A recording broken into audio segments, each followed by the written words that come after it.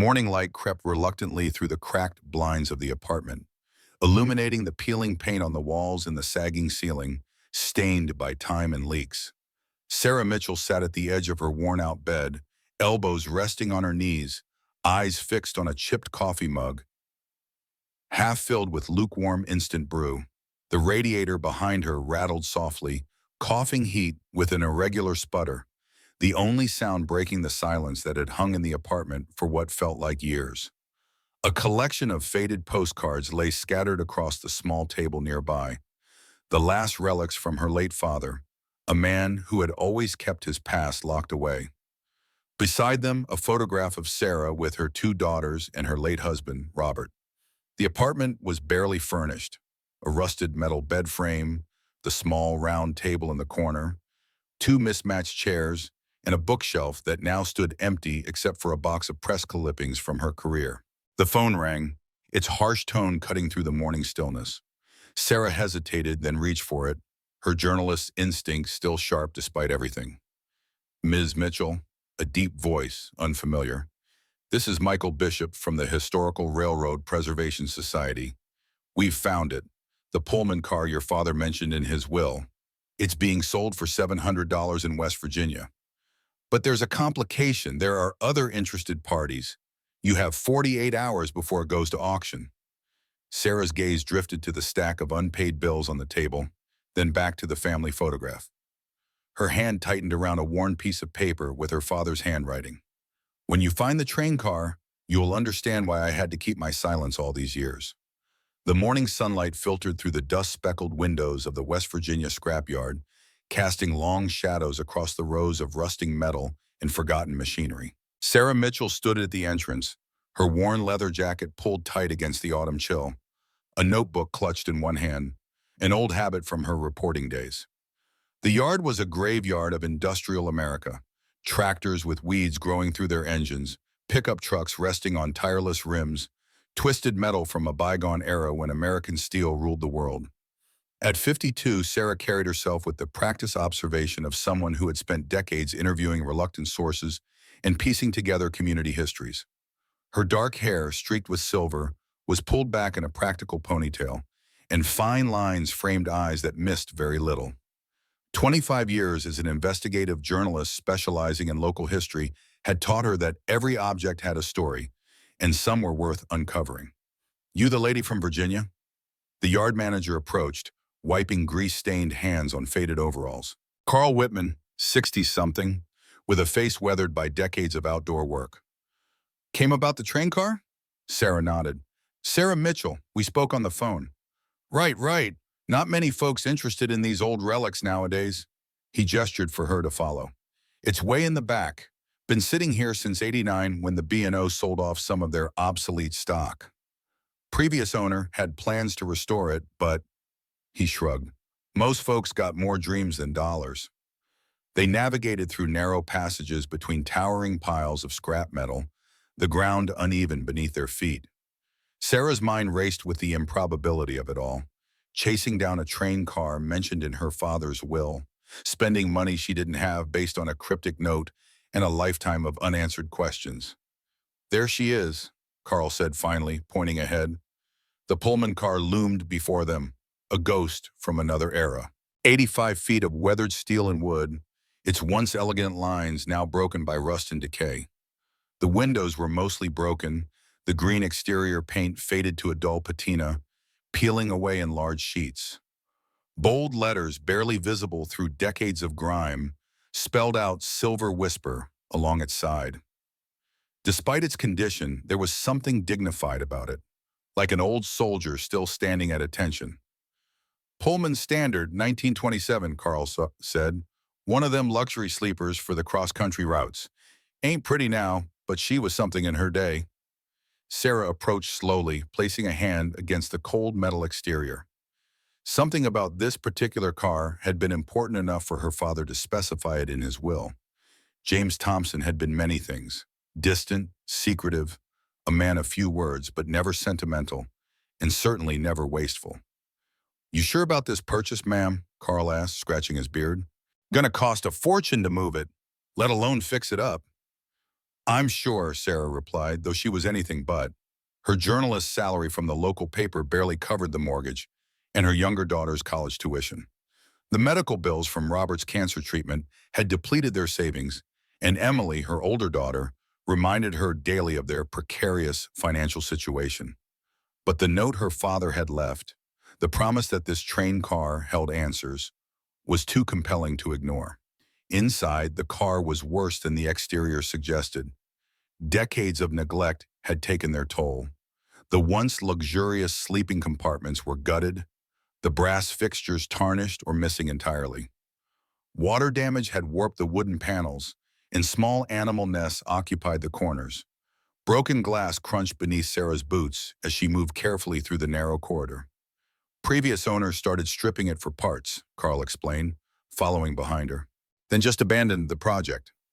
Sarah nodded absently, her attention caught by something carved into one of the remaining wooden panels, a series of small notches in a distinct pattern.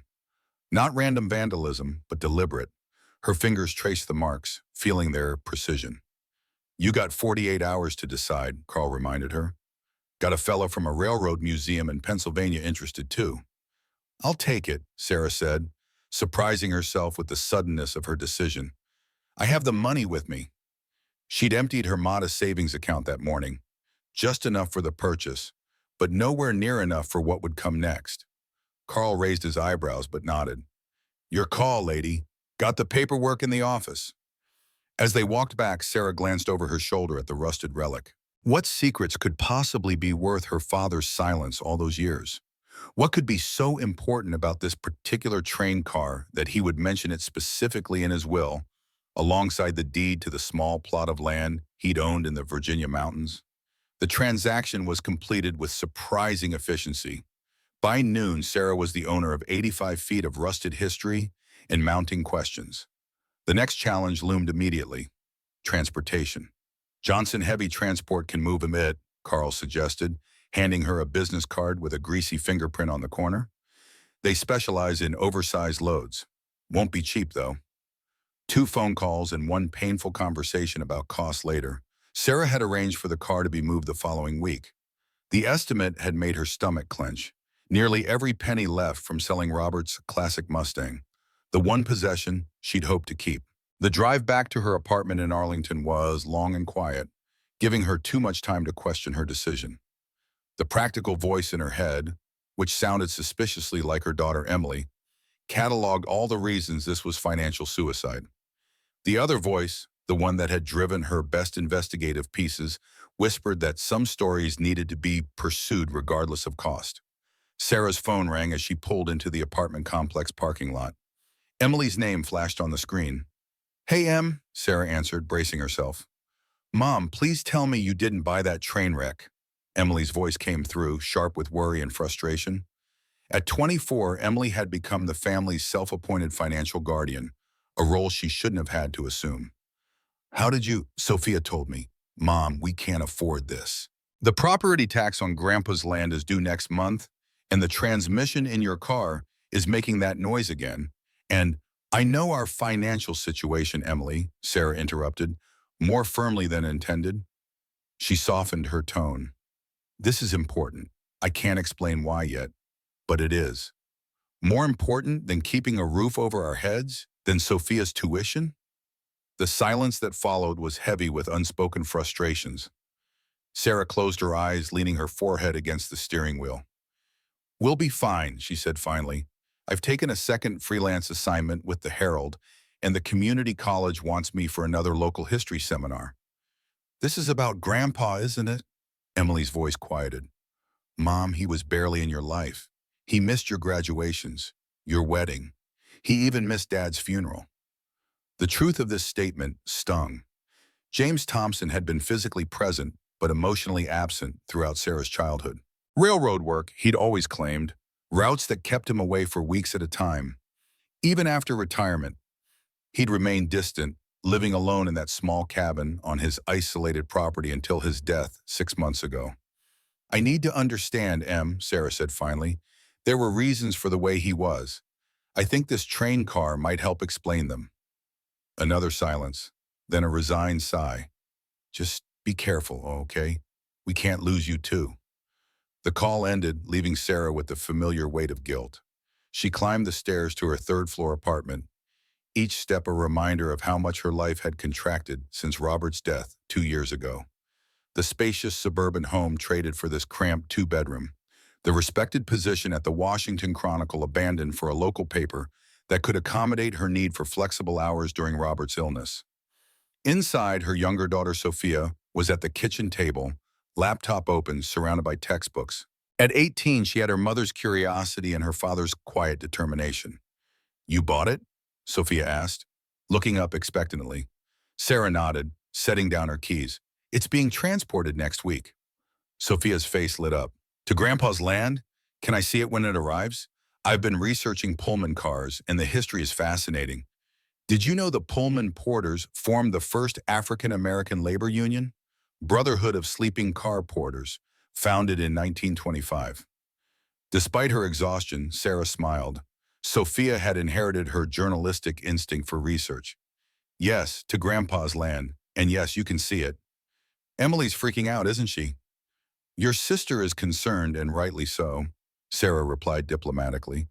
"This isn't the most financially sound decision I've ever made." Sophia closed her laptop. "But some things are more important than money, right? Like figuring out why Grandpa was so mysterious. Why he had all those postcards from places he supposedly never visited." Sarah paused, surprised. "You noticed that too?" "Hard not to. Every postcard in his collection was from somewhere on the old B&O line, but half of them have these weird notes on the back that don't make sense for the locations." Sophia pulled out her phone, showing a note she'd made. "Like this one from Harper's Mary that talks about the Eagle landing at midnight. That's not tourist stuff." Sarah felt a familiar tingle at the base of her spine, the sensation that had guided her to her best stories. There was something here, something beyond an old man's eccentricities. "We'll figure it out," she promised, more to herself than to Sophia. The week passed in a blur of preparation. Sarah took a week's leave from the paper, explaining she was researching a potential historical feature. She packed camping gear, tools, and supplies into her aging Subaru. The property had no utilities. Her father had preferred it that way, living off-grid with a generator in well water during his infrequent stays. The land itself was beautiful but remote, 20 acres of forest in the Blue Ridge Mountains, with a small clearing where her grandfather had once built a cabin, now reduced to a stone foundation.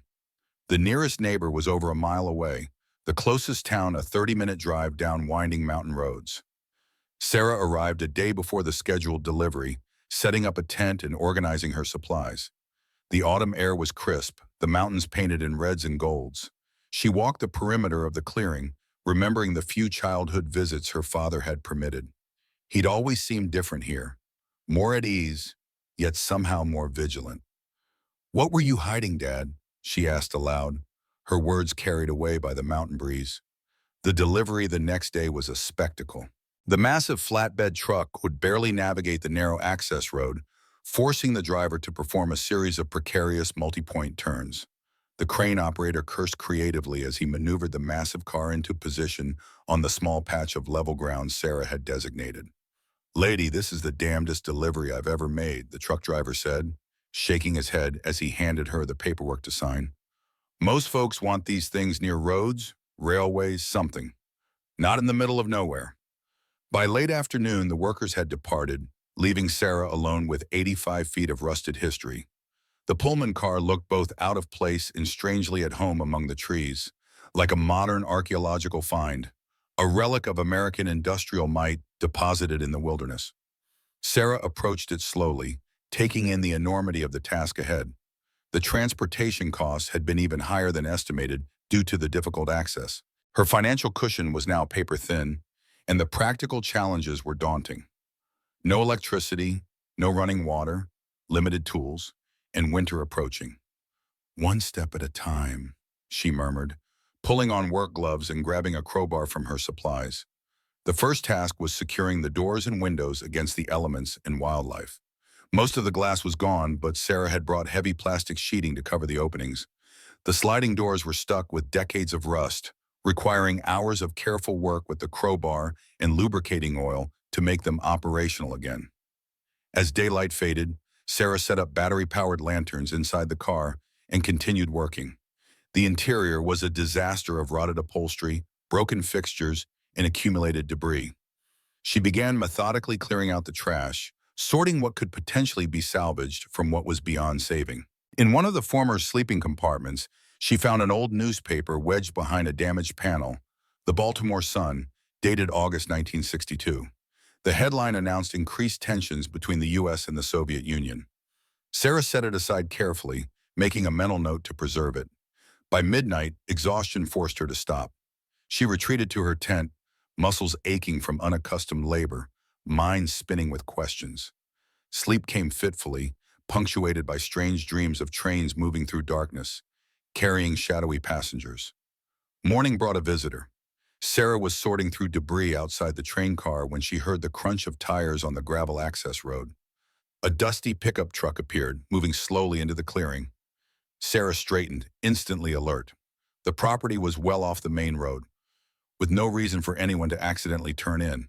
A man emerged from the truck, tall, broad-shouldered, with salt and pepper hair cut in a military short style. He wore hiking boots, faded jeans, and a flannel shirt under a canvas jacket. Around 60, Sarah guessed, with the erect posture of someone who had spent time in uniform. "Morning," Ryan called, approaching with measured steps. "You must be James's daughter." Sarah didn't move closer. "And you are?" "Michael Bishop." He stopped at a respectful distance, hands visible at his sides. "I was a friend of your father's. Heard he'd passed. My condolences." Sarah studied him carefully. In 2 decades of journalism, she'd developed a good sense for when people were lying. This man wasn't, at least not about knowing her father, but he wasn't telling the whole truth either. "Funny, my father never mentioned any friends named Michael Bishop." A smile touched the corner of his mouth. James wasn't one for mentioning much of anything, was he? That at least was true. "How did you know I'd be here?" "Small towns have long memories and loose lips.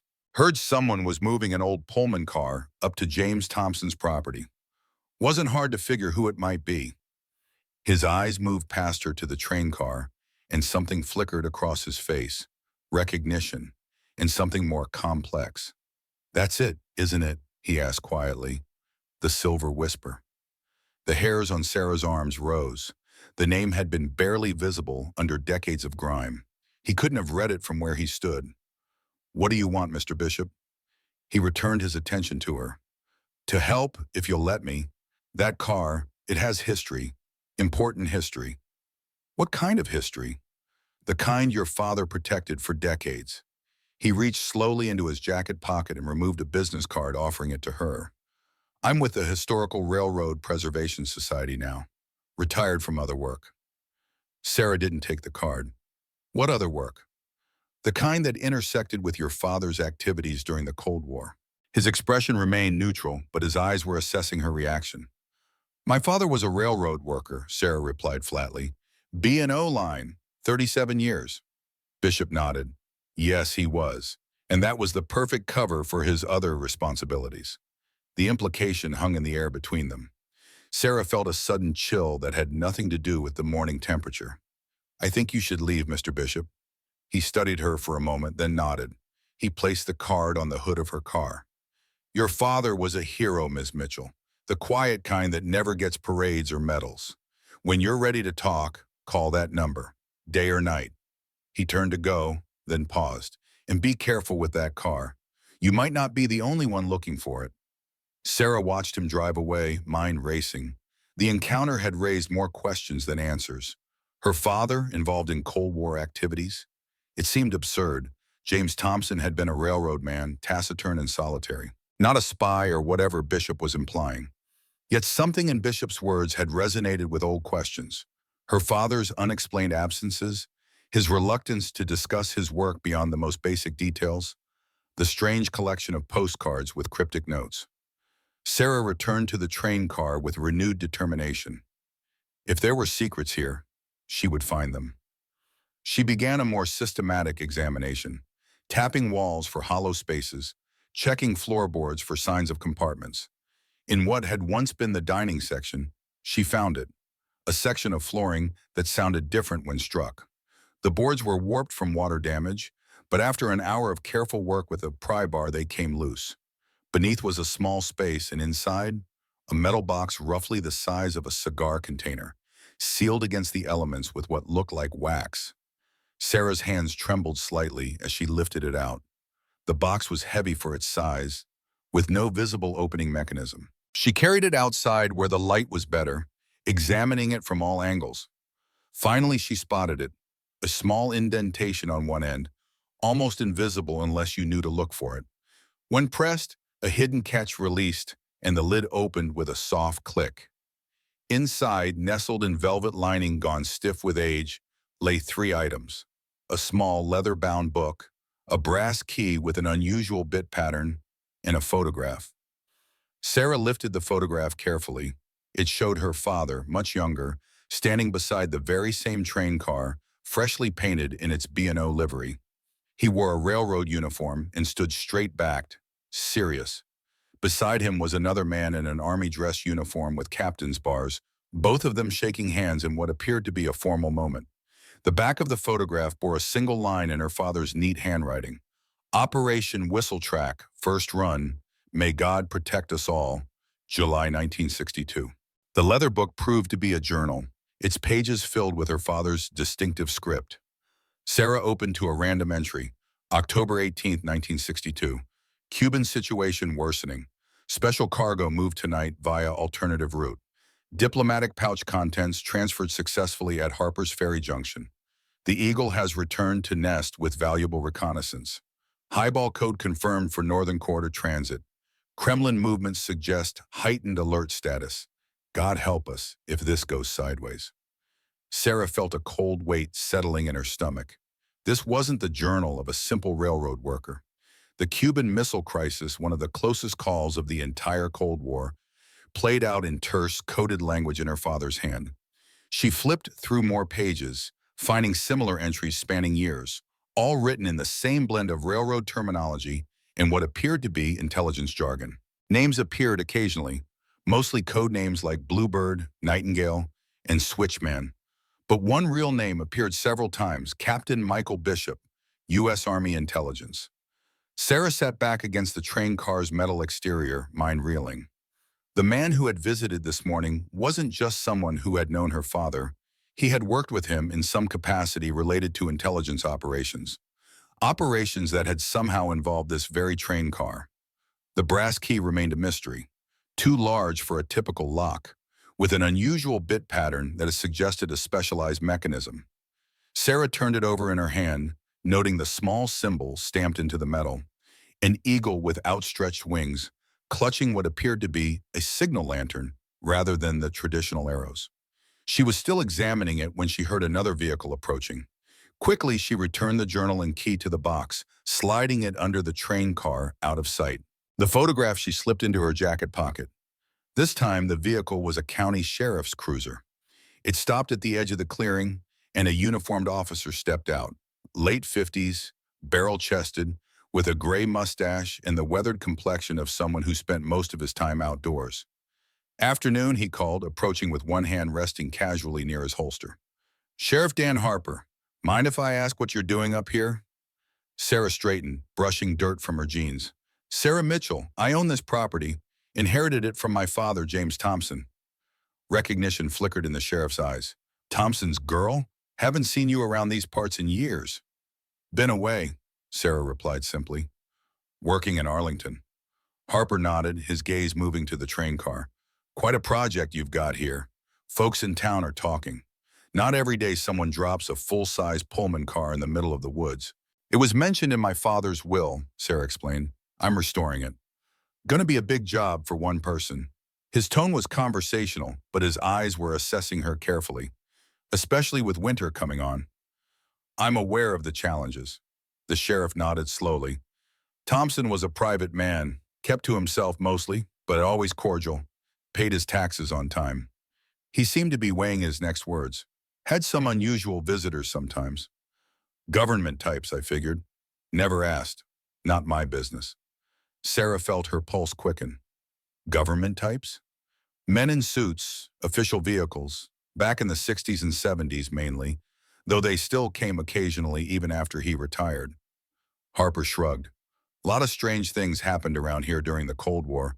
We had missile silos not far from here, radar installations up on the ridges. People learned not to ask too many questions.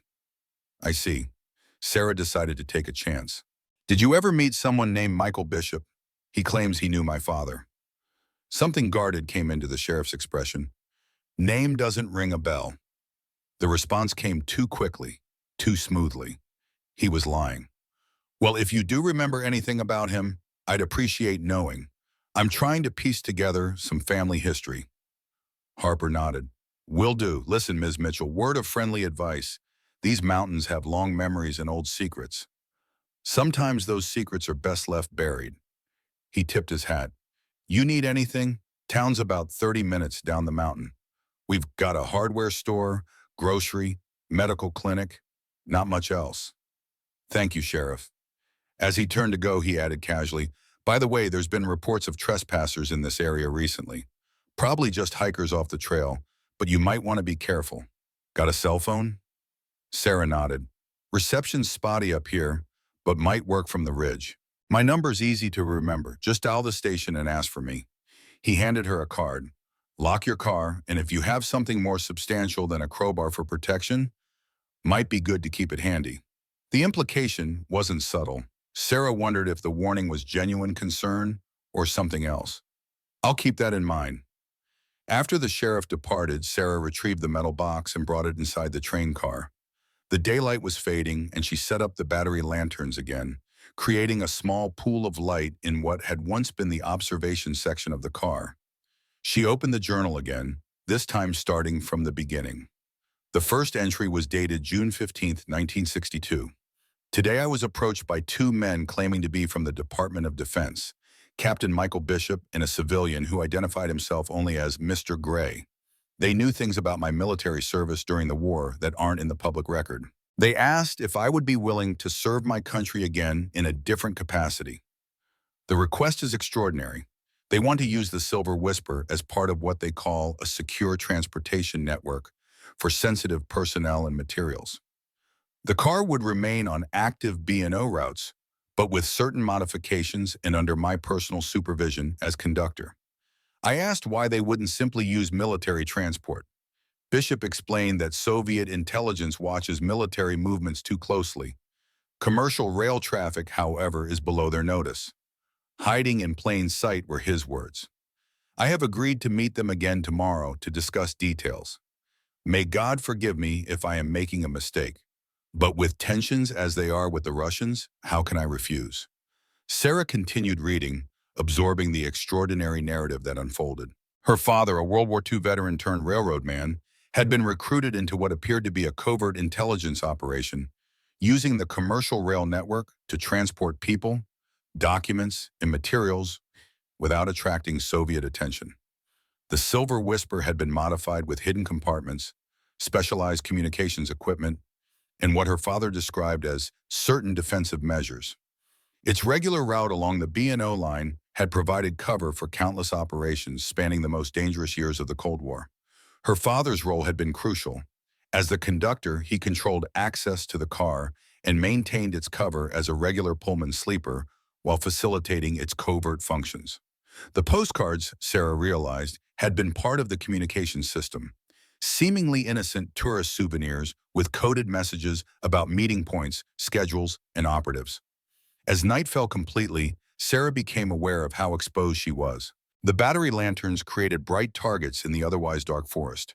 She moved deeper into the train car, away from the windows, and continued reading by the light of a smaller flashlight. The journal entries painted a picture of a secret world operating beneath the surface of everyday America. Intelligence officers posing as businessmen, diplomatic pouches containing critical satellite photographs.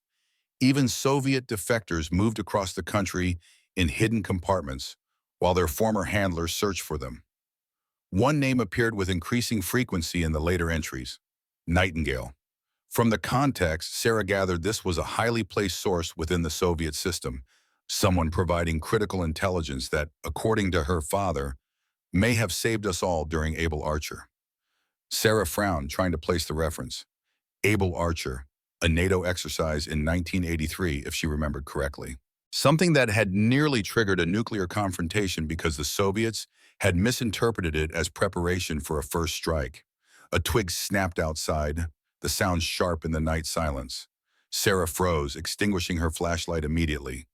She listened, senses heightened by adrenaline. Another sound, the soft crunch of careful footsteps on the forest floor. Someone was approaching the train car. Sarah slipped the journal into her jacket pocket and alongside the photograph and silently moved toward the rear of the car, staying low. Through a gap in the plastic covering a window, she could see a beam of light moving among the trees. A flashlight, its user trying unsuccessfully to keep it shielded. The steps grew closer, circling the train car slowly. Sarah eased the brass key into her hand, the only potential weapon immediately available. She controlled her breathing, keeping it silent and steady as she'd learned from years of interviewing in tense situations. The footsteps stopped near the main door. A long pause, then the scrape of metal on metal, someone trying the door handle. Sarah tensed, calculating distances to possible exits. "Ms. Mitchell?" A woman's voice, young and uncertain. "Are you in there? I'm sorry to bother you so late." Sarah remained silent, unconvinced. "My name's Diana Keller. I run the hardware store in town. Sheriff Harper mentioned you might need supplies and I thought I'd drive up after closing. Brought some basics, tarps, propane, few other things you might need." Still, Sarah didn't respond. The voice sounded genuine, but appearances could be deceiving. "I understand if you're being cautious," the woman continued. "I would be too, out here alone. I'll just leave these supplies by your car and go. If you need anything else, the store's open 8 to 6, Monday through Saturday." Sarah heard the sound of something being set down, then retreating footsteps. Curiosity overcame caution, and she moved to a different window for a better view. In the moonlight, she could make out a slender figure walking back to a small truck parked behind her Subaru. The woman was indeed setting down what looked like supplies. A couple of bags and what might have been a small propane tank. Sarah made a decision. She moved quickly to the door and slid it open. "Mr. Keller?" The woman turned, startled. She appeared to be in her late 30s, with light brown hair and pulled back in a practical ponytail. She wore jeans, work boots, and a flannel jacket, a standard rural Virginia attire. "I'm sorry for the late visit," Diana said. "I just thought, well, it gets cold up here at night." Sarah studied her for a moment, then stepped out of the train car. "That's very kind of you. Not many people would drive up a mountain at night to help a stranger." Diana smiled slightly. "Small towns. News travels fast, especially unusual news like a train car being delivered to James Thompson's old property." She hesitated. "Your father was good to me when I first moved here. Helped me get the business loan for the hardware store. Least I could do is return the favor for his daughter." This caught Sarah by surprise. Her father helping a stranger?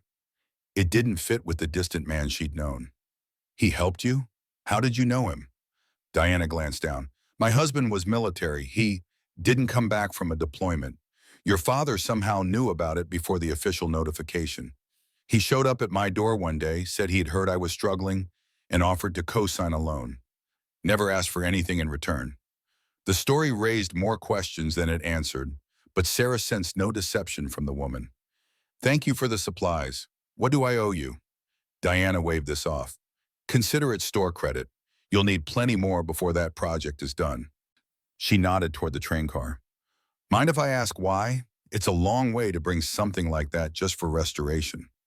Sarah weighed her response carefully. "Family history. My father left specific instructions." Diana nodded, accepting the vague answer. "Well, if you need help, my son Lucas is pretty handy for a 10-year-old. Loves trains too. He'd work for free just to see this thing come back to life. I might take you up on that." As Diana turned to leave, she paused. "One more thing you should know. There have been strangers asking questions in town. Men in a black SUV with government plates. They were at the diner yesterday, showing photographs, including one of your father." Sarah felt a chill. What did they want? They claimed to be from the Veterans Administration, something about unclaimed benefits. But VA agents don't usually carry sidearms under their jackets, and they don't ask questions about train cars. "When was this?" yesterday afternoon, before you arrived. Diana's expression was serious now. Whatever you're involved in, Ms. Mitchell, be careful. This may be a small town, but we've seen our share of government operations over the years. Not all of them were what they claimed to be. After Diana left, Sarah brought the supplies inside the train car and secured the door as best she could. Sleep would be impossible now. She returned to the journal searching for any mention of what might still be hidden in the train car, something valuable enough that people would be looking for it decades later. The entries from 1983 seemed particularly significant. Her father described increased activity during the NATO Able Archer exercise, frantic messages, emergency protocols activated, unusual tension among his government contacts. One entry stood out. November 9th, 1983. Nightingale's warning came through tonight. Soviet High Command misinterpreting Able Archer as preparation for first strike. Their nuclear forces on highest alert. Switchman authorized emergency protocol. Bishop personally escorted package from Silver Whisper to Pentagon back channel. God help us all if this information doesn't reach the right people in time. Have hidden Nightingale's final dead drop in the contingency location. No one else knows, not even Bishop. If something happens to me, the key sequence is Laura's birthday, my service number, and station code Harper's Ferry. May it never be needed. Sarah sat back, mind racing. Laura was her mother's name. She had died when Sarah was only 5, but Sarah knew her birthday, April 12, 1924. Her father's service number from World War II would be in his military records. In the station code, probably some reference system for the B&O line. This was it. Whatever her father had hidden, these were the clues to find it. But what exactly had he concealed? And why would it still matter after all these years? The journal's final entries were sparse, becoming less frequent through the late 1980s as the Cold War wound down.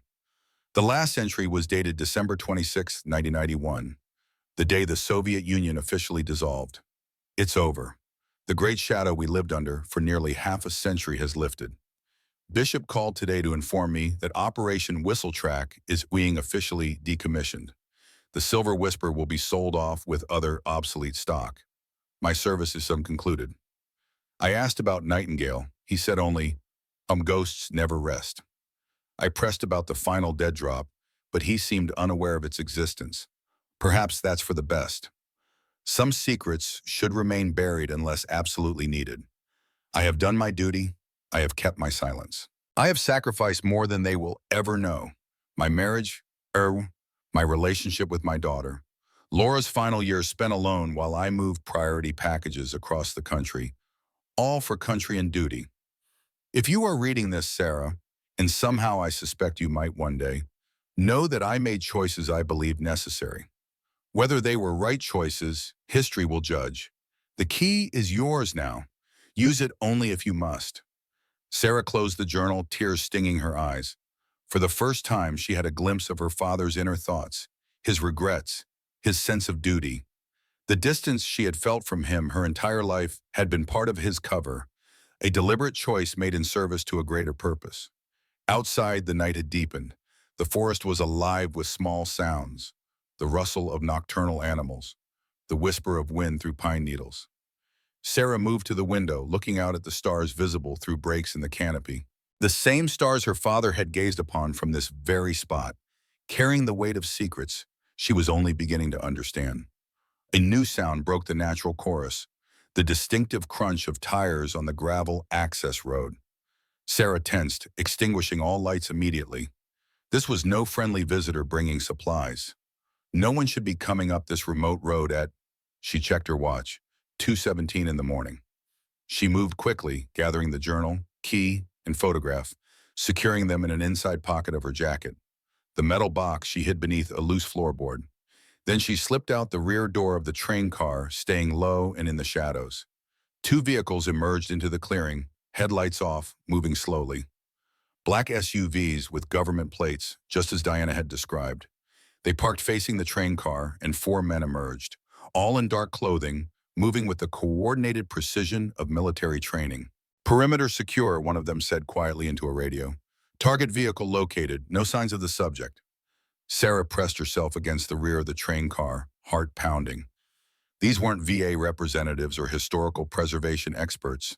These were operators, professionals conducting what appeared to be a tactical approach. "Check the car and the tent," another voice ordered. "She has to be here somewhere." Sarah assessed her options. Her Subaru was parked on the far side of the clearing. Reaching it would mean crossing open ground. The forest offered better concealment, but in the darkness, moving quietly through unfamiliar woods would be nearly impossible. One of the men approached the train car, flashlight in one hand, what appeared to be a pistol in the other.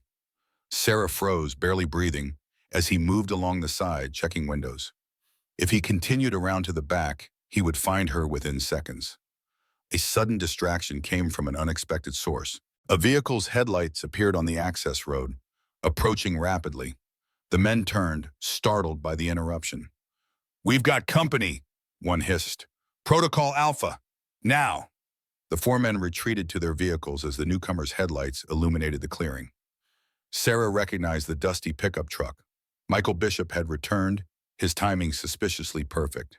The men from the SUVs conferred briefly with Bishop, their postures tense. Sarah couldn't hear the exchange, but it was clearly not friendly.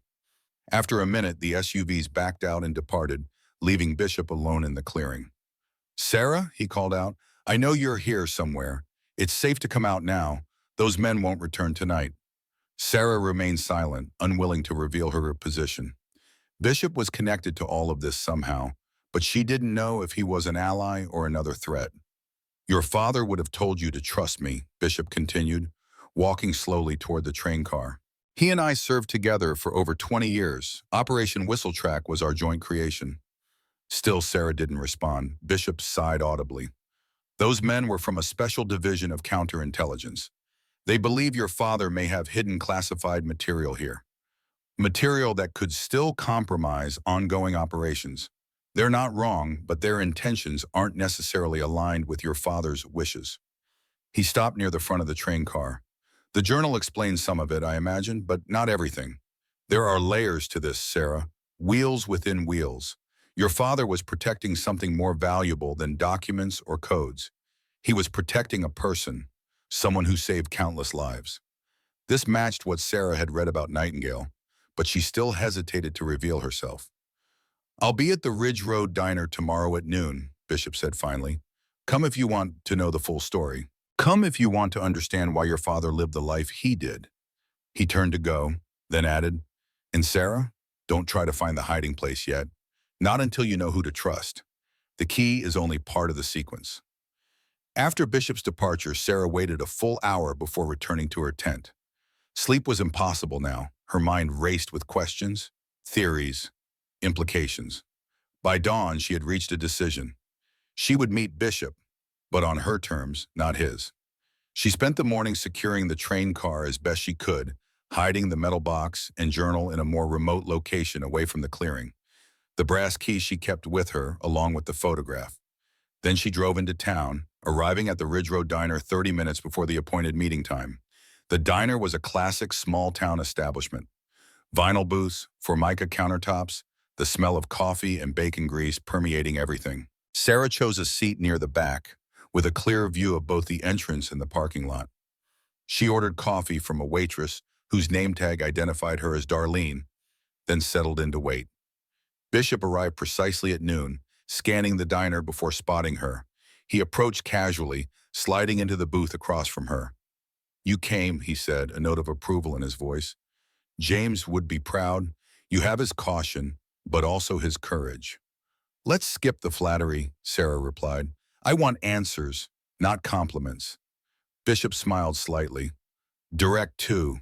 Yes, that's definitely James's influence." Darlene approached to take his order, just coffee, then retreated, leaving them in relative privacy. The diner was only half full, mostly with locals who gave them curious glances but maintained a respectful distance. "Those men last night," Sarah began. "Who exactly were they?" "Officially, they're from the Defense Intelligence Agency's Historical Review Division. Unofficially, they're a cleanup crew. They track down loose ends from Cold War operations, materials, information, people that might still have security implications. And they think my father hid something valuable." Bishop studied her for a moment. How much did you find in the train car? Enough to know my father wasn't just a railroad conductor. Enough to know you worked with him in some intelligence capacity during the Cold War. Enough to know something called Nightingale was important. Bishop nodded slowly. Nightingale is a person. One of the most valuable intelligence assets the United States ever had inside the Soviet system. A high-ranking official who provided critical information for nearly 2 decades, including warning us about how close we came to nuclear war in 1983. Sarah remembered the journal entry. During Able Archer. Yes, the Soviets genuinely believed NATO was preparing a first strike. They had their nuclear forces on high alert, bombers fueled, missile silo crews on standby.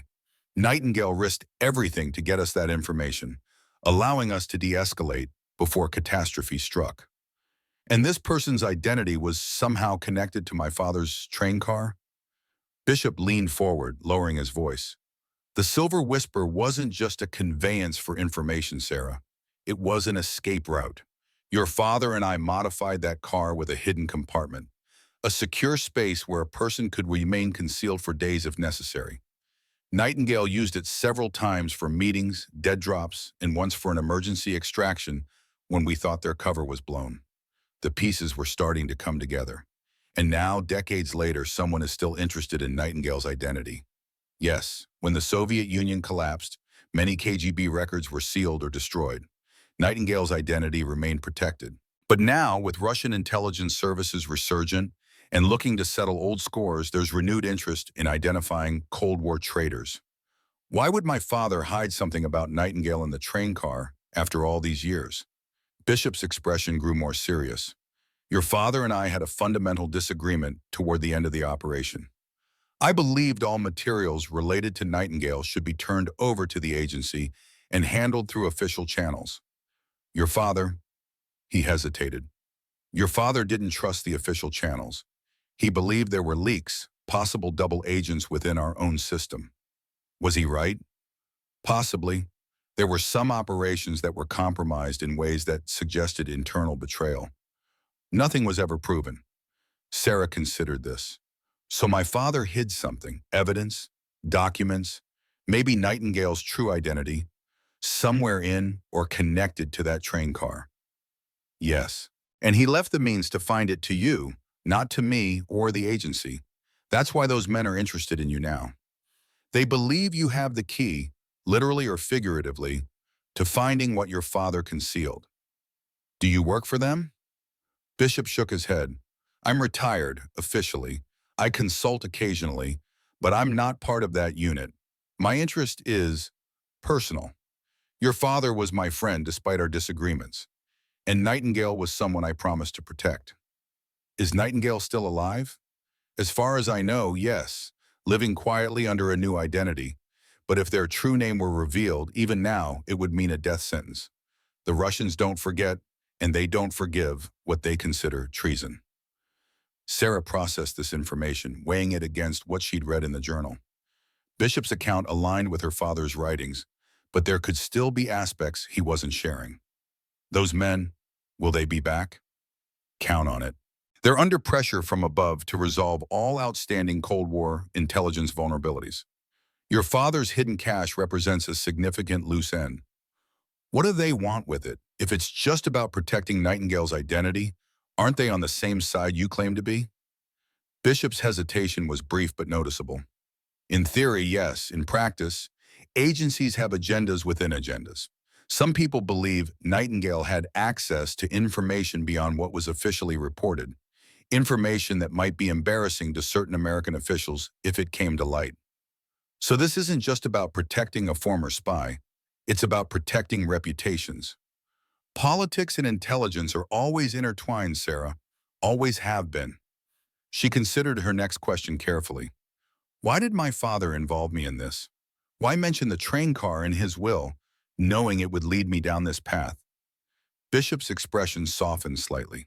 I think he was trying to explain himself to you in the only way he could. James was bound by oaths of secrecy his entire adult life. He couldn't tell you the truth while he was alive, couldn't explain why he was distant, why he missed birthdays and graduations, why he seemed detached from your life. This was his way of letting you understand, finally, the choices he made and why he made them. The explanation rang true, matching the regretful tone of her father's final journal entry. Still, Sarah wasn't ready to fully trust Bishop or his interpretation. What happens now? That depends on you. Bishop took a sip of his coffee. If you want to walk away, I can try to create a diversion. Make those DIA agents believe the material has been moved elsewhere. It might buy you some time to return to your life. And if I don't walk away, then we find what your father hid before they do. We ensure Nightingale remains protected, and perhaps you get the closure you're looking for about your father's life. Sarah studied him, weighing her options. The journalist in her couldn't walk away from a story this significant.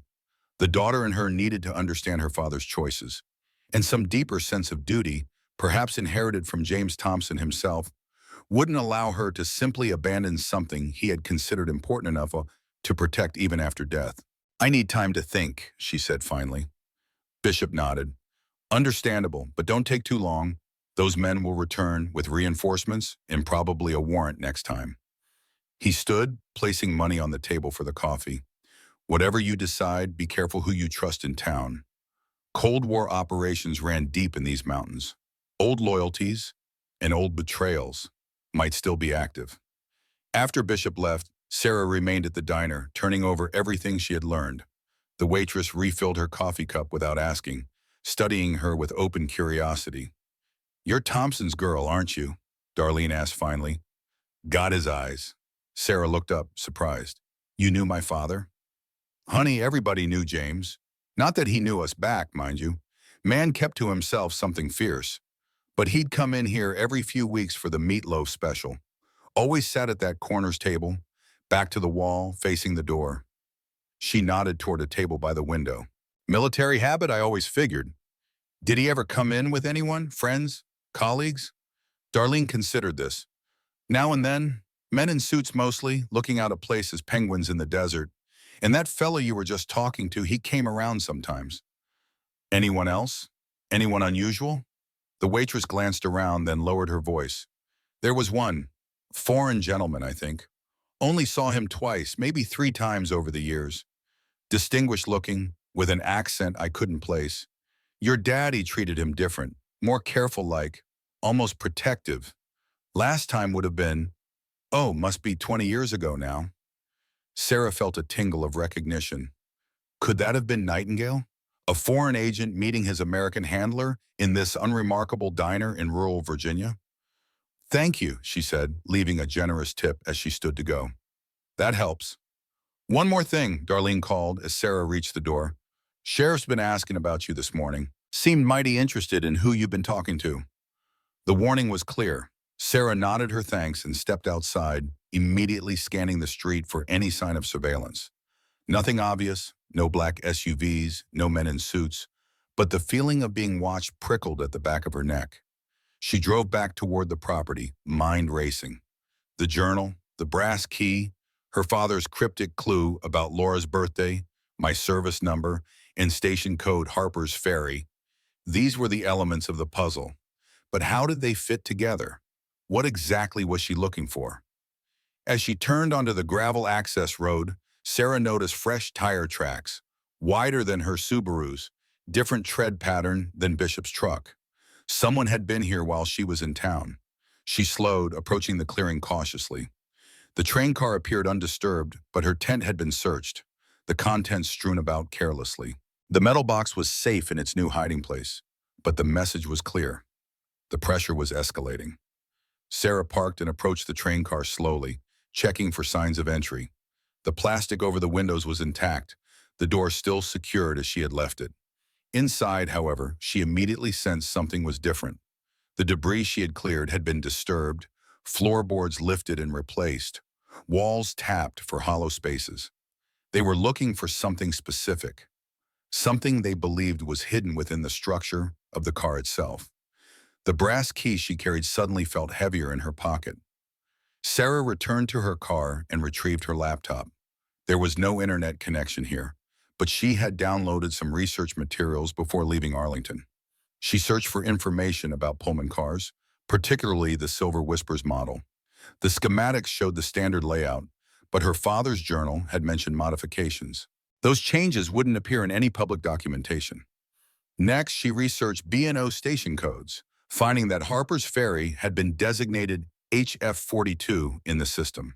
Her father's service number from World War II would be on his discharge papers, which she didn't have with her, but she remembered seeing it once on a framed document in his cabin, 318-71945. And her mother's birthday, April 12, 1924, 04-12-24. What kind of lock or mechanism would accept this combination of numbers and letters? And where would it be located? Sarah returned to the train car, examining it with fresh eyes. If her father had hidden something intended to remain concealed for decades, it would be somewhere structural, somewhere that wouldn't be affected by renovations or deterioration. The observation section at the rear of the car drew her attention. According to the schematics, this area had contained a small bar and seating area with panoramic windows. Now it was stripped bare, but the basic structure remained intact. Sarah examined the walls carefully, tapping for hollow spaces, checking for seams or panels that might conceal a compartment. In the corner, partially hidden by water damage, she found it, a small brass plate set into the wall, tarnished almost black with age. When cleaned with a cloth, a subtle pattern emerged, not obvious unless you knew to look for it. The plate appeared decorative, one of many such embellishments in the original Pullman design, but this one had a small circular depression in its center. Sarah took out the brass key, studying it in relation to the plate. The key's unusual bit pattern was distinctive, not designed for a conventional lock. She pressed the key against the depression, feeling it slide into place with a soft click. Now came the combination. If her theory was correct, the key would somehow allow input of the sequence her father had specified. Sarah examined the plate more carefully, noticing that the decorative pattern around the edge consisted of small raised dots, dots that could be depressed like buttons. She tried pressing them in sequence, 04-12-24 for her mother's birthday, then her father's service number 318-71945, and finally HF42 for Harper's Ferry. Nothing happened. Sarah sat back frustrated. She was missing something.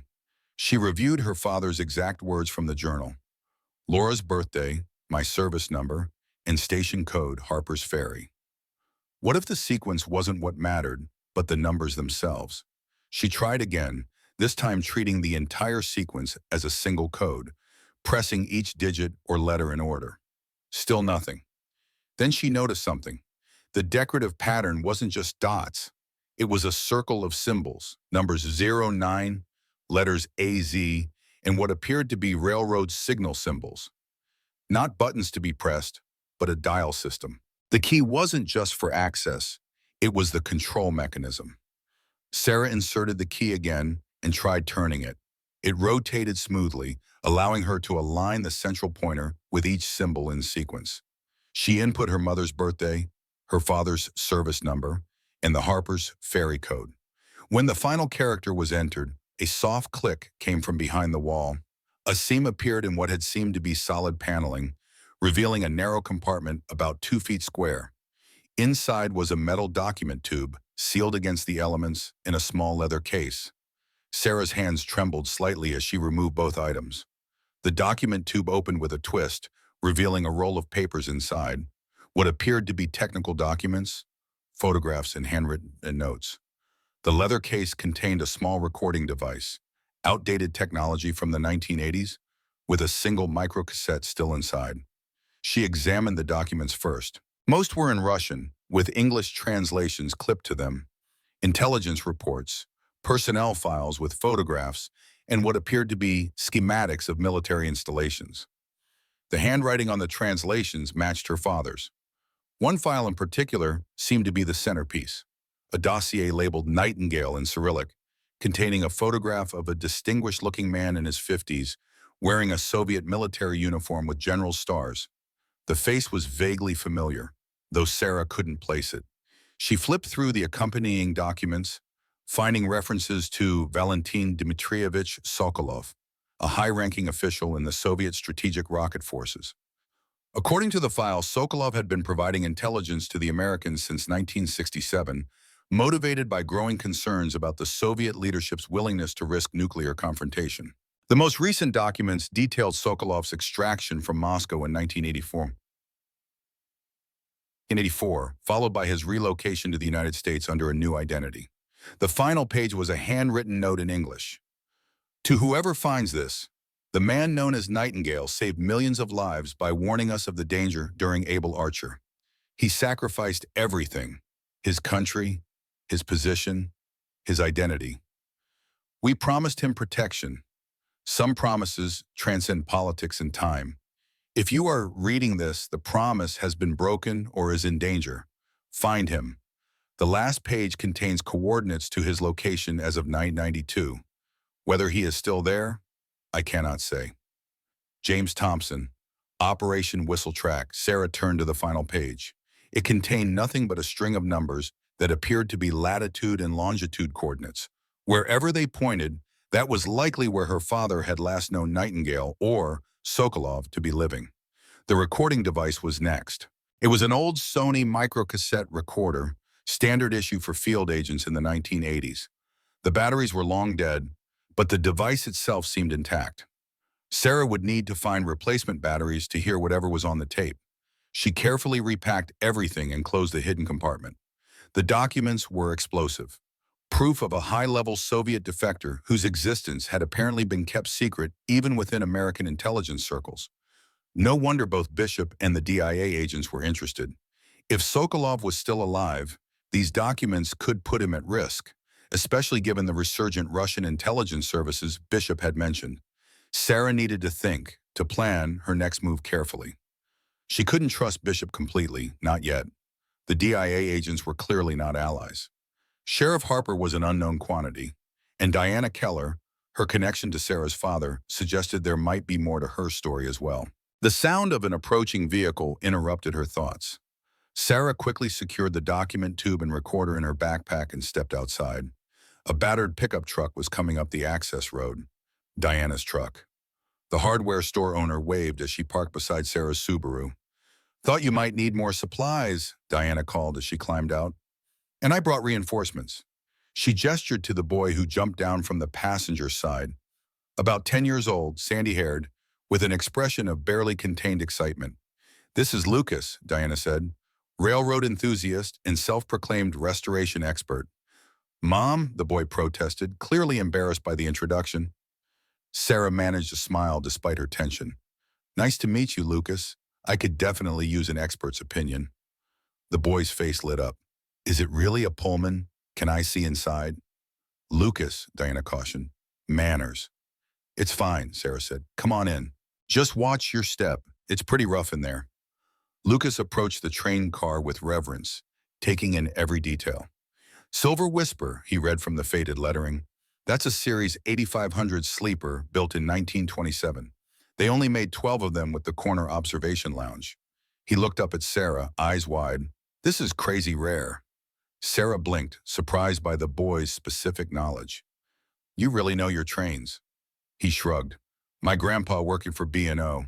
He had all these old books and manuals." He ran his hand along the exterior. "The modifications are weird, though."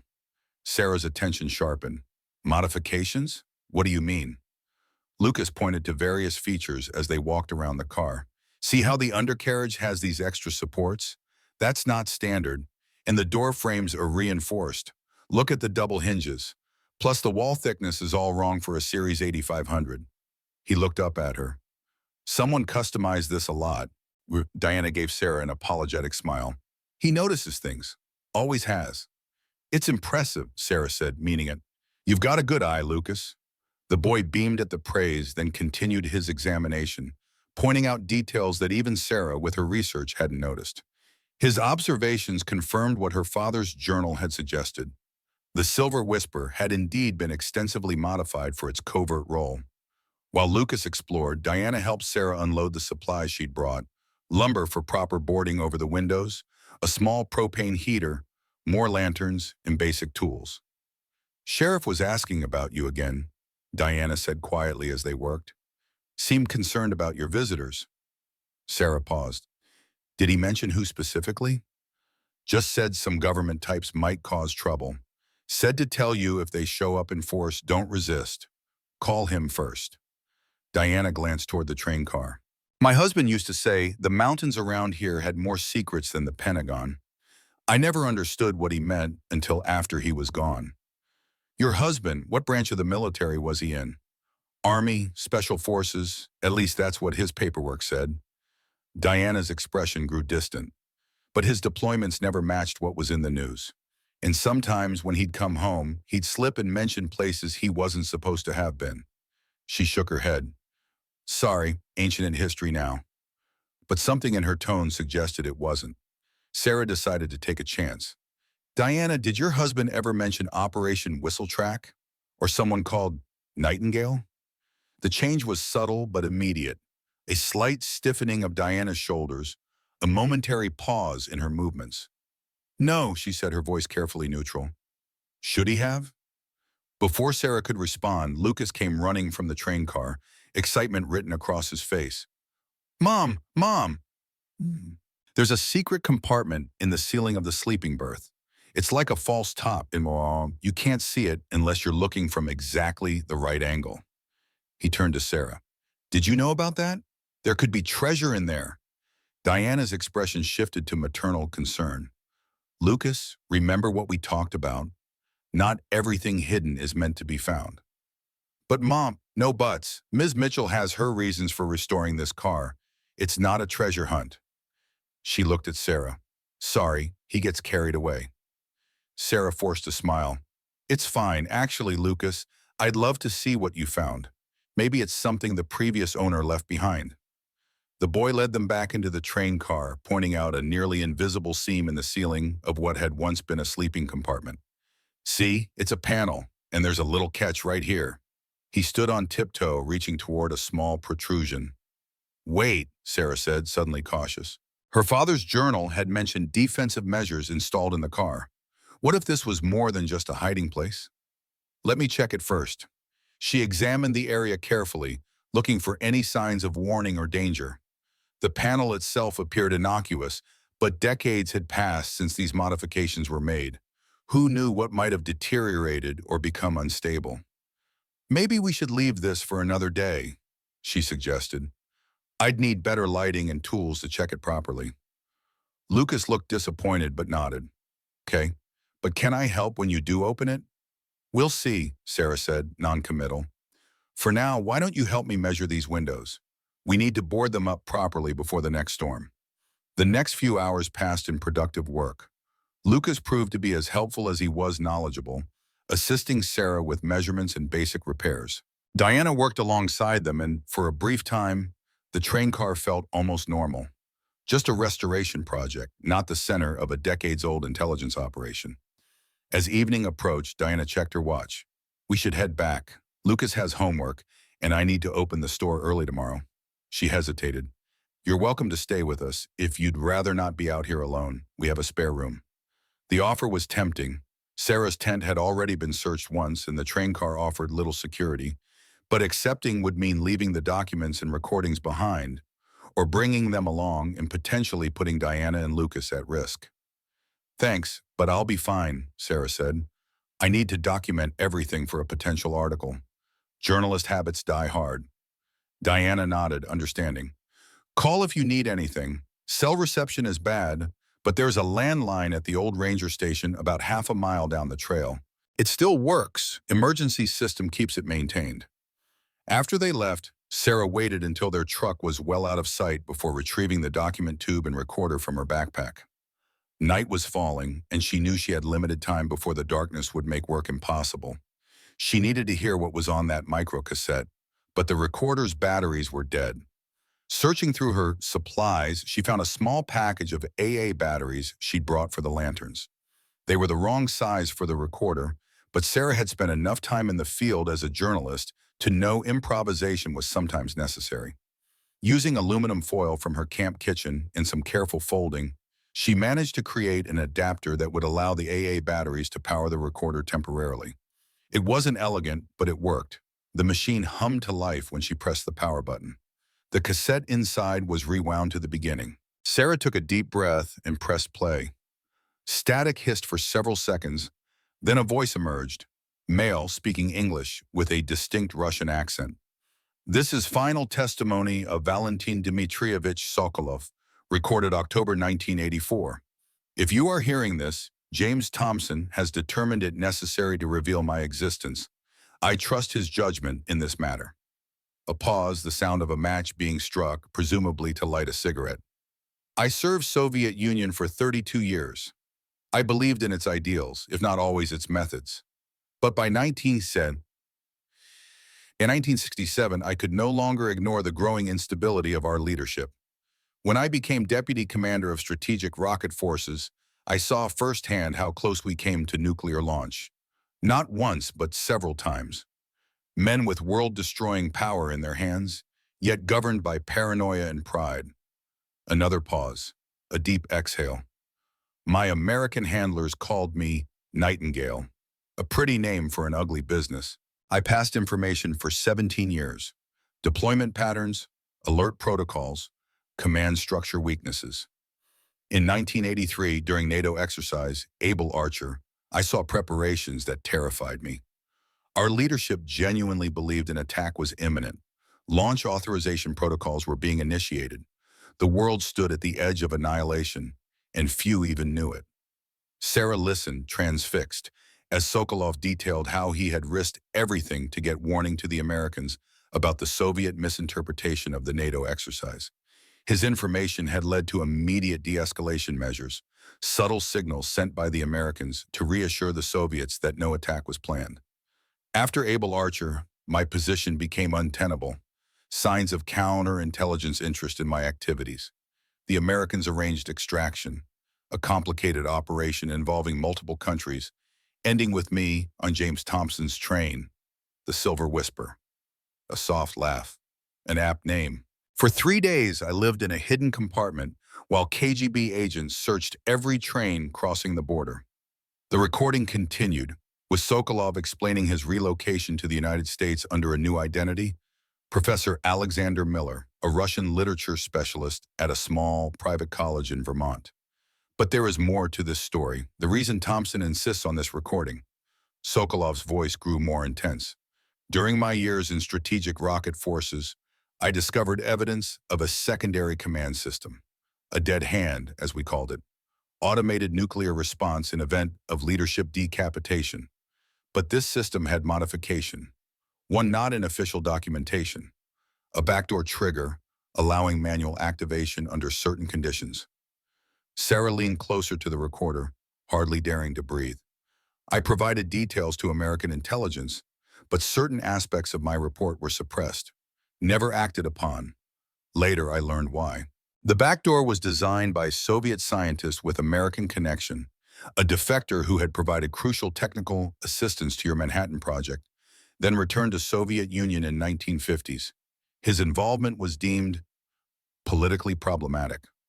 Too many important Americans had vouched for his loyalty years earlier. Sokolov's voice lowered almost to a whisper. The back door remains as far as I know. The system was never dismantled, merely abandoned after Soviet collapse. In wrong hands, it could still pose catastrophic threat. The technical documentation I provided to Thompson contains activation codes, locations, everything needed to either trigger or neutralize the system. If this recording is being played, it means someone may be seeking this information, either to protect it or to use it. The recording ended with coordinates, the same ones Sarah had found in the documents, and a final message. If danger comes, I trust James Thompson's judgment, and I will trust whoever he has chosen to receive this message. The fate of many may rest in your hands now. The tape cleared to a stop, leaving Sarah in stunned silence. This went far beyond a retired spy's identity. If Sokolov's claims were true, the documents her father had hidden contained information that could potentially reactivate abandoned Soviet nuclear systems, a catastrophic risk in the wrong hands.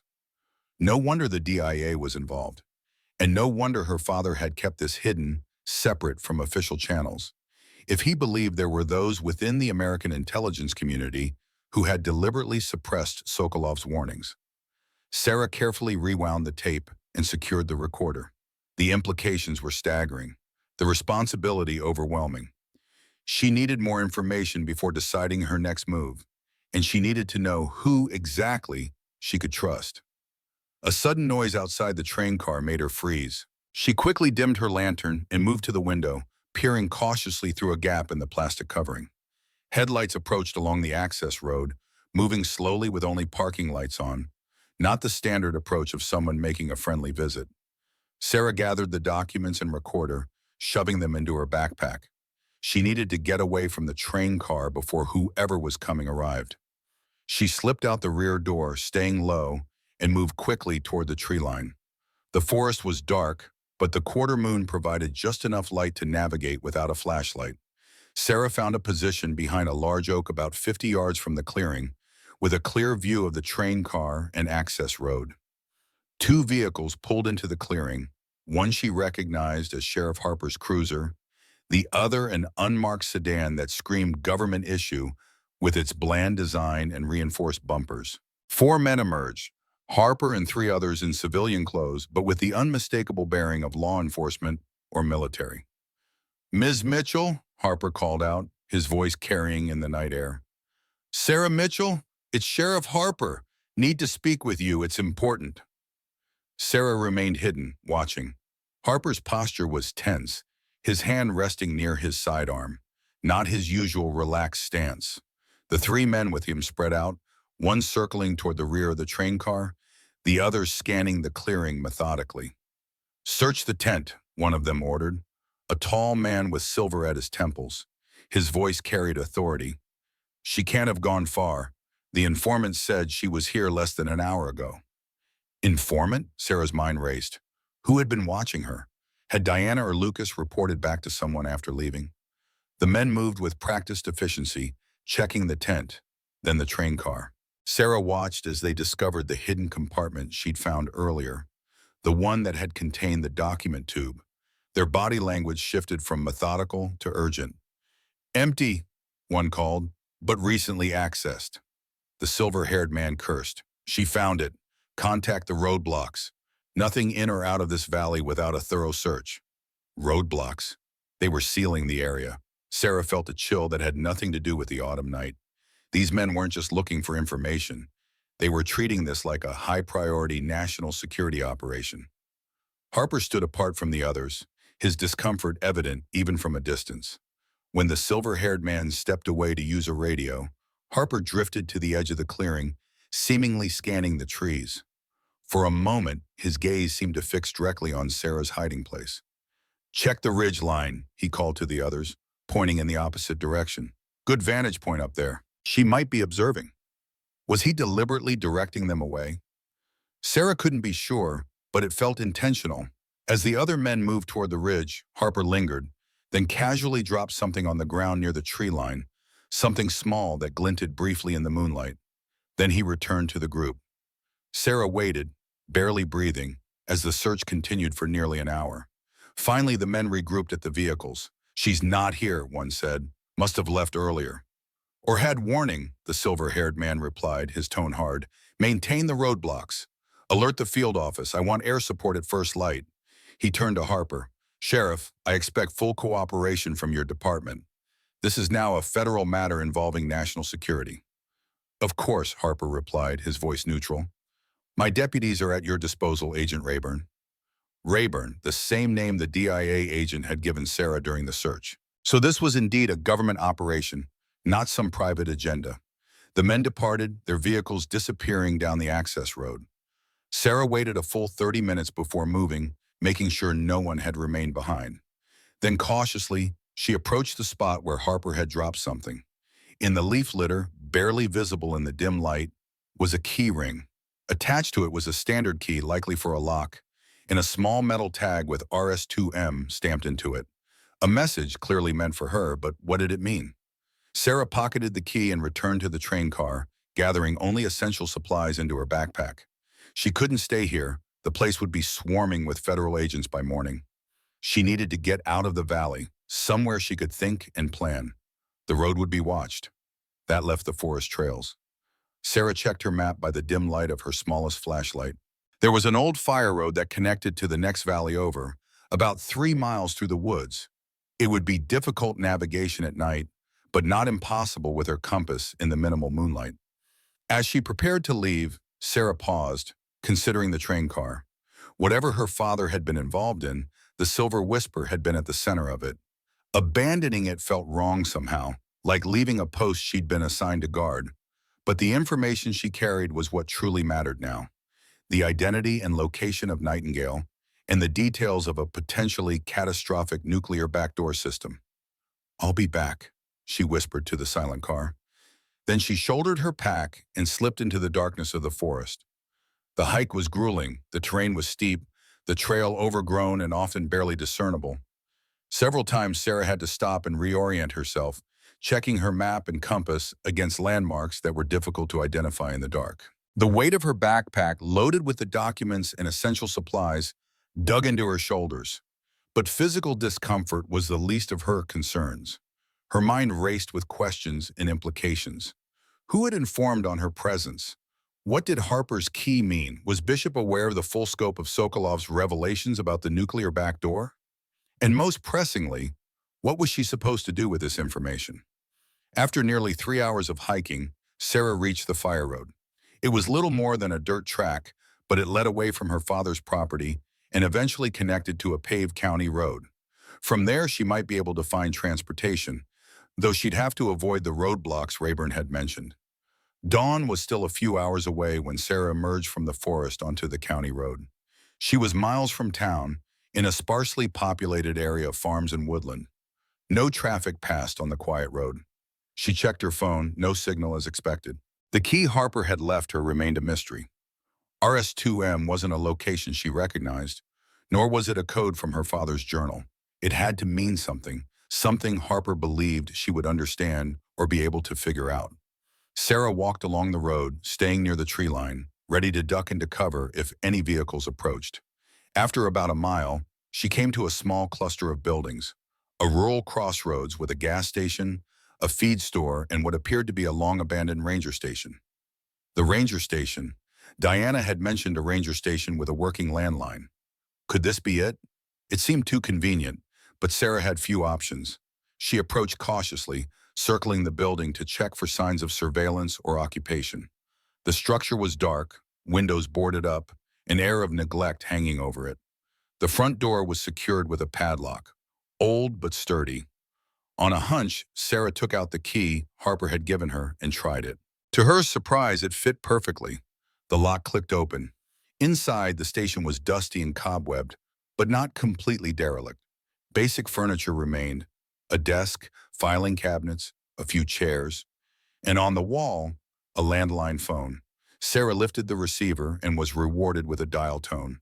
A working line, just as Diana had said. But who could she call? Not her daughters.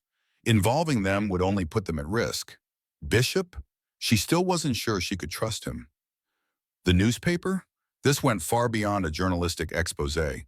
As Sarah debated, she noticed something on the desk.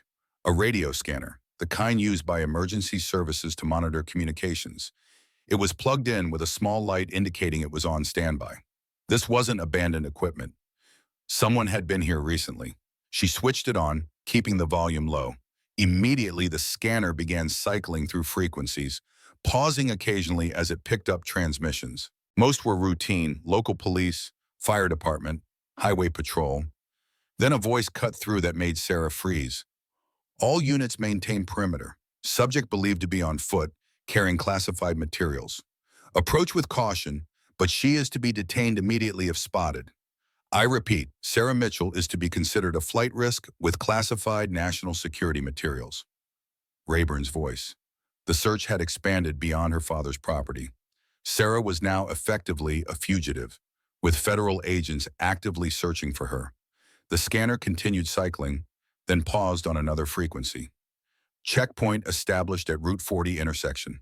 No traffic passing without identification.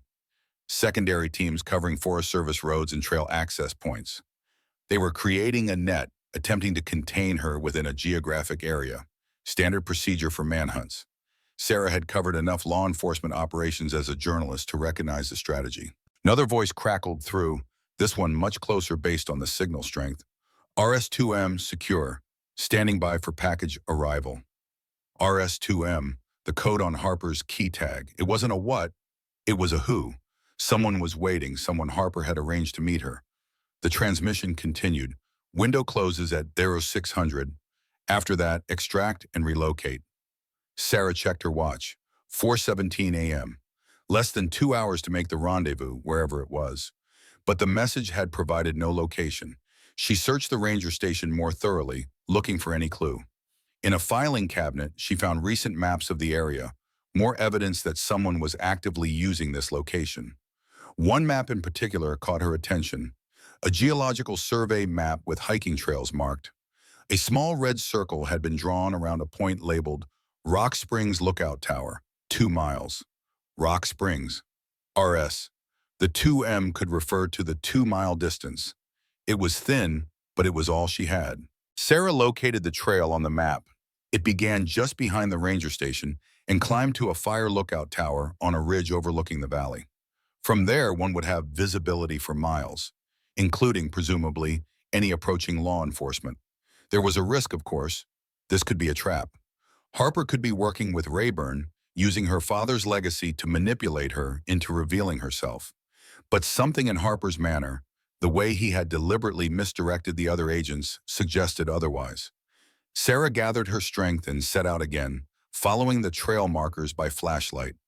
The climb was steep, the path winding through dense forest before emerging onto a rocky ridge. By the time she reached the lookout tower, the eastern sky was beginning to lighten with the first hint of dawn. The tower itself was a steel structure about 40 feet tall, with an enclosed observation room at the top. As Sarah approached, she saw no signs of life, no indication anyone was waiting. Had she misinterpreted the clues? Then, a flash of light from the observation room. 3 short bursts, a signal.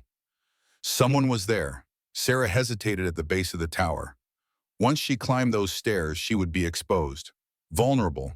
If this was a trap, there would be no escape. But she had come too far to turn back now. Taking a deep breath, she began to climb, the metal steps ringing softly beneath her boots. The observation room door was ajar. Sarah pushed it open slowly, her other hand gripping the brass key in her pocket, the only potential weapon she had. Inside, a man stood by the windows, his back to her, gazing out at the lightening horizon.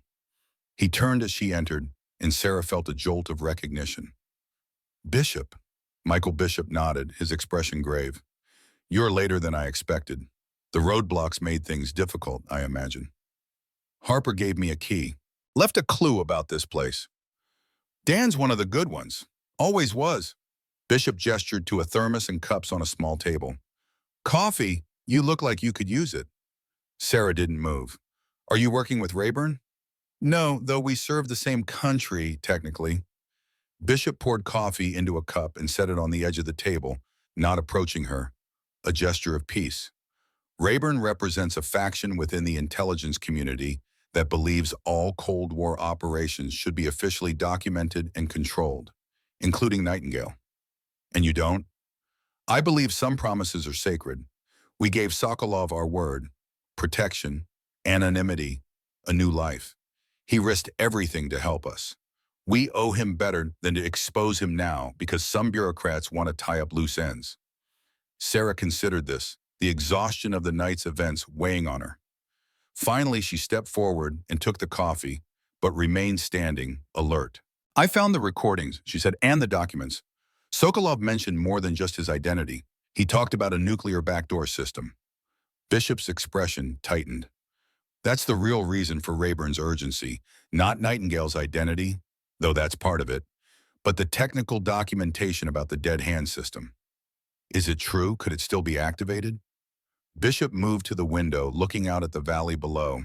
Dawn light was spreading across the landscape, revealing the sweep of forest and farmland. The Soviet Union collapsed, but they didn't dismantle all their systems. Some were abandoned in place. The dead hand system, what they called perimeter, was designed to function even if their command structure was destroyed. And the back door? That's complicated. The scientist Sokolov mentioned was indeed connected to the Manhattan Project. Brilliant physicist, defected to the USSR in 1950. His involvement with Perimeter wasn't discovered until Sokolov brought us the information. By then, the man had powerful protectors in both countries, people who had vouching for him, who would be embarrassed if his true allegiance became public. So the information was suppressed. Bishop nodded. Your father was furious. He believed no political consideration should outweigh a legitimate nuclear threat, but he was overruled. The file was classified beyond top secret, access restricted to a handful of people. But the back door, is it still a threat? In theory, yes. The system was designed to survive for decades with minimal maintenance. If someone had the activation codes and access points Sokolov documented, Bishop let the implication hang in the air. But the greater danger might be exposure. If it became public that American officials had concealed a nuclear vulnerability to protect politically connected individuals, the diplomatic fallout would be severe. So Rayburn wants the documents to ensure they remain buried. Precisely. And to finally close Nightingale's file officially. Sarah set down her coffee cup, anger rising through her exhaustion. My father didn't hide those documents to protect reputations. He hid them because he didn't trust his own government to do the right thing. James was a patriot, Bishop said quietly, but he understood that governments are made of people, and people can make mistakes. Sometimes out of fear, sometimes out of pride. He believed in service, but not blind obedience. He turned back to Sarah. Much like you, I suspect. The comparison struck her. Throughout her journalism career, Sarah had pursued truth, often despite resistance from authorities or powerful interests. Had she inherited that moral compass from her distant, duty-bound father? What happens now, she asked. Rayburn has resources, roadblocks. I can't run forever. You don't have to. Bishop reached into his jacket and withdrew an envelope. Inside is a plane ticket to Burlington, Vermont. Contact information for Alexander Miller, Sokolov's new identity, and a letter of introduction from me. If you go directly to him, explain the situation. He can decide what should be done with the documentation. Why me? Why not go yourself? Because your father chose you, Sarah. By naming the train car in his will, by leaving the clues only you would understand. He trusted you with this, not me or anyone else. Bishop's expression softened. And because Sokolov knew your father, trusted him, that trust might extend to his daughter. Sarah took the envelope, considering its implications. And if Rayburn catches me before I reach Vermont? He won't. There's a helicopter waiting at a private farm 10 miles from here. Harper arranged it. He has connections from his own military days. It will take you to a regional airport beyond Rayburn's search perimeter. From there, commercial flight to Burlington. Bishop checked his watch. We need to move soon. Daylight will make the helicopter more noticeable. What about you? Won't this compromise your position? Bishop smiled slightly. I'm officially retired, remember? Consulting only. Besides, I've been involved in far more complicated extractions than moving one determined journalist out of a rural county. His expression grew serious again. But you need to decide quickly. This window won't stay open long. Sarah thought of her daughters, her job, her life in Arlington. By taking this step, she was committing to something that might have far-reaching consequences. But the alternative, allowing her father's final trust to be betrayed, letting Sokolov be exposed, permitting the nuclear documentation to fall into hands that might suppress it again, was unacceptable. I'll go, she said finally, but I need to contact my daughters first. Let them know I'm safe at least. Bishop nodded. The helicopter has secure communications. You can call from there. Brief, no specifics on your destination. He moved toward the door. We should go. Dawn Patrol will be checking the ridgeline soon. As they descended the tower stairs, the rising sun illuminated the valley below. In the distance, Sarah could see her father's property, the Silver Whisper, a tiny speck amid the trees. Whatever secrets it still held would have to wait. Her path now led elsewhere, toward a man who had once been called Nightingale, and who might hold the key to understanding her father's true legacy. The helicopter appeared as a black dot against the lightning sky, approaching from the east. Bishop led Sarah to a small clearing that served as an improvised landing zone, both of them crouching as the rotors whipped the surrounding vegetation into a frenzy. As Sarah prepared to board, Bishop gripped her arm, his voice raised above the engine noise. Whatever you decide after speaking with Sokolov, trust your instincts. James did. It's why he chose you for this. Sarah nodded, a sudden lump in her throat. For the first time in her life, she felt a genuine connection to the father she had barely known. Not through memories or shared experiences, but through a torch of responsibility passed from his hands to hers. The helicopter lifted off, banking sharply to follow the contours of the ridgeline, keeping low to avoid detection. Below, the search for Sarah Mitchell continued, agents unaware that their quarry was already beyond their reach, carrying secrets that had survived the Cold War and might yet shape the future. In her lap, Sarah held her backpack containing Sokolov's testimony and the nuclear documentation, a burden and a trust. Her father had kept his duty for decades in silence and separation.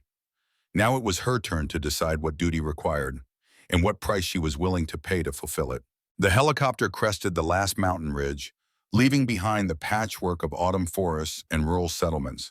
As they descended toward a small regional airport nestled in the valley, Sarah gazed out at the early morning landscape.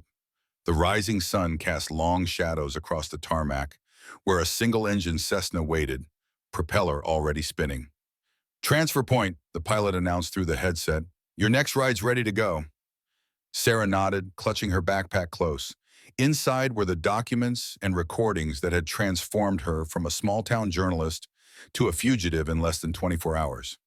The weight of the responsibility settled on her shoulders like a physical burden. The helicopter touched down long enough for Sarah to disembark, crouching low beneath the still spinning rotors. A man in civilian clothes waited beside the Cessna, gesturing her forward. No words were exchanged. The less said, the better at this point. Within minutes, the Cessna was airborne, climbing steadily northward. The pilot, a weathered man in his 60s with military short gray hair, said nothing beyond basic flight information. Sarah didn't ask questions. Bishop's extraction plan relied on compartmentalization, each person knowing only their part of the operation. 2 hours later, they landed at a private airfield outside Albany, New York. A rental car waited in the small terminal parking lot, keys left in an envelope with Sarah's name. Beside the keys was a disposable cell phone and a note with a single phone number labeled "Emergency Only." The commercial flight to Burlington, Vermont, departed from Albany International at noon. Sarah used the time to clean up in an airport restroom, washing away the dirt and sweat of her nighttime forest trek. The face that stared back at her from the mirror looked drawn, eyes shadowed from exhaustion, but determined. She called her daughters from the disposable phone, keeping the conversation brief and vague. "Mom, where are you?" Emily demanded, worry sharpening her tone. "Sheriff Harper's office called here looking for you. Said it was urgent." "I'm fine," Sarah assured her. "Just following up on a story lead. It's moving faster than I expected." "Is this about Grandpa's train car? Because if it is, please, trust me on this. I'll explain everything when I can." Sarah paused, choosing her words carefully. "If anyone else calls asking about me, just say you haven't heard from me. It's important." "You're scaring me, Mom." "Don't be scared. I'm okay. Tell Sophia I'm okay too. I love you both." She ended the call before Emily could ask more questions. The less her daughters knew, the safer they would be. The flight to Burlington was uneventful, a blessing Sarah hadn't anticipated. By mid-afternoon, she was driving a rental car through the Vermont countryside, following directions to Middlebury College, where Professor Alexander Miller, formerly General Valentin Sokolov, had built his new life. Middlebury was the quintessential New England college town, historic buildings with white columns, manicured lawns turning golden with autumn, students moving between classes with backpacks and coffee cups. It seemed impossibly normal, peaceful, removed from the world of intelligence operations and nuclear secrets. The Russian department was housed in a stately brick building near the center of campus. According to Bishop's information, Professor Miller taught advanced Russian literature and language courses, specializing in Soviet-era writers. His office hours were listed on a schedule by the department entrance, 3 o'clock to 5 o'clock p.m., Tuesdays and Thursdays. Today was Thursday. Sarah climbed the worn wooden stairs to the second floor, her heartbeat quickening. What would she say to this man who had risked everything, whose secrets she now carried? How would he react to the daughter of James Thompson arriving unannounced after all these years? Room 214 had a frosted glass door with Professor A. Miller stenciled in black letters. A small sign indicated office hours were in session. Sarah stood outside for a moment, gathering her courage, then knocked. "Come in," called a voice from inside. Accented but precise, the Russian inflection softened by years of American residence. Sarah opened the door to find a small, book-lined office with a large oak desk by the window. Behind it sat a distinguished man in his 70s, silver-haired, with intelligent eyes behind wire-rimmed glasses. He was reviewing a student paper, red pen in hand. He looked up as Sarah entered, his expression politely curious. "Professor Miller?" Sarah asked. "Yes," he replied, setting down his pen. "Are you a new student? I don't believe we've met." Sarah closed the door behind her and stepped forward. "My name is Sarah Mitchell. James Thompson was my father." The change was instantaneous. All color drained from Miller's face. The pen dropped from his fingers. His eyes darted to the door, then back to Sarah, then to the phone on his desk, calculating options, escape routes, as decades of training surfaced in an instant. "Please," Sarah said quickly, raising her hands to show she meant no threat. "I'm here because of what he protected, because of Nightingale." Miller, Sokolov, remained frozen for a long moment, then slowly reached for a small remote control on his desk. He pressed a button, and a soft hum filled the room. "Electronic countermeasure," he explained, his voice now lower, the accent more pronounced with stress. "Prevents listening devices." He studied her face intently. "You have his eyes, James's eyes." Then more sharply, "How did you find me?" "Michael Bishop. He gave me your location, a letter of introduction." Sarah reached into her jacket, moving slowly, and withdrew the envelope Bishop had provided. She placed it on the desk. Sokolov didn't touch it. "Bishop sent you here? Why?" "Because the DIA is looking for something my father hid. Documentation about you and about a Soviet nuclear system. A back door that was never dismantled." Sokolov's eyes closed briefly, a flash of old pain crossing his features. "Perimeter. The dead hand." He opened his eyes again, sharper now. "You have found these documents?" Sarah nodded. "In my father's train car, along with your recorded testimony. And now the American intelligence services pursue you." It wasn't a question. "A man named Rayburn from the DA, he set up roadblocks, search parties. Bishop helped me get out." Sokolov was silent for a long moment, his gaze distant, calculating. Finally he stood. "We cannot talk here. Too public. Too many curious ears." He reached for his coat. "My home is 15 minutes away. We will go there." "Is that safe?" A ghost of a smile crossed his face. "Miss Mitchell, I have lived for 40 years with the possibility of discovery. My home has certain precautions. Come." They left through a rear entrance, avoiding the main campus pathways. Sokolov drove an unremarkable blue sedan, the kind that would draw no attention in any parking lot. As they traveled the winding roads outside Middlebury, he remained silent, eyes constantly checking the rearview mirror. His home proved to be a modest farmhouse set back from the road, surrounded by maple trees ablaze with autumn colors. A gravel driveway curved through the trees, obscuring the house from passing traffic. The structure itself was traditional Vermont, white clapboard with green shutters, a covered porch, a stone chimney with smoke curling from it. "My housekeeper will have left by now," Sokolov said as they parked. "We will have privacy." Inside, the house was warm and surprisingly cozy. Comfortable furniture, shelves lined with books in multiple languages, landscape paintings on the walls. A cat greeted them in the entryway, rubbing against Sokolov's legs. "Pushkin," he explained, bending to stroke the animal. "Good company for an old man." He led Sarah to a study at the rear of the house, overlooking a small orchard. A fire burned in the stone fireplace, casting dancing shadows on the walls. Sokolov gestured to a chair, then activated another electronic device similar to the one in his office. "Now we may speak freely," he said, settling into an armchair opposite Sarah. "Show me what you have found." Sarah removed the document tube and micro-cassette recorder from her backpack, placing them on the coffee table between them. Sokolov stared at the items, his expression unreadable. "I believe these would die with your father," he said finally. That was our agreement. The documentation was insurance, to be revealed only if certain events occurred. He looked up at Sarah. Why has Bishop involved you in this? Why now? Sarah explained everything. Her father's will, the train car, Bishop's appearance, the DIA's interest, Harper's assistance in her escape. As she spoke, Sokolov's expression grew increasingly troubled. And you have examined these documents? Listened to the recording? Sarah nodded, enough to understand their significance.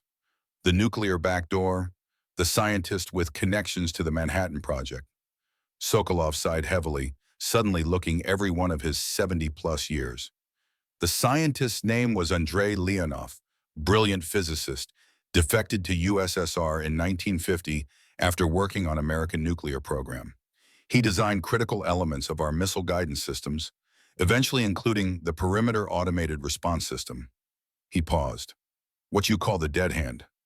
The recording mentioned a backdoor trigger. Yes. Leonov built in secondary access, a way to activate the system outside normal command protocols. We discovered it during a security review in 1982. When I investigated, I found evidence that Leonov maintained connections with certain American officials, had been doing so since before his defection. He was a double agent?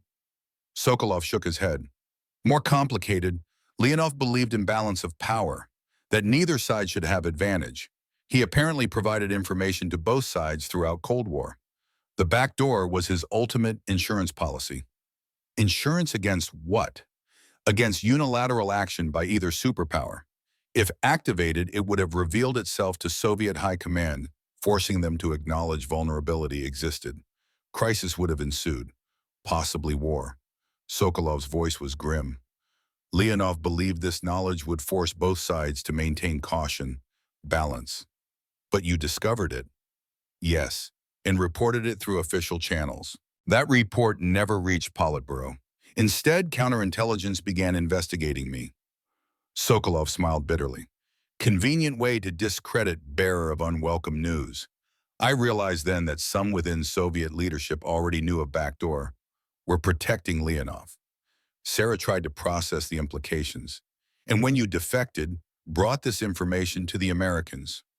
Similar reaction. Initial interest, then sudden classification beyond my access. Your father was my handler during extraction.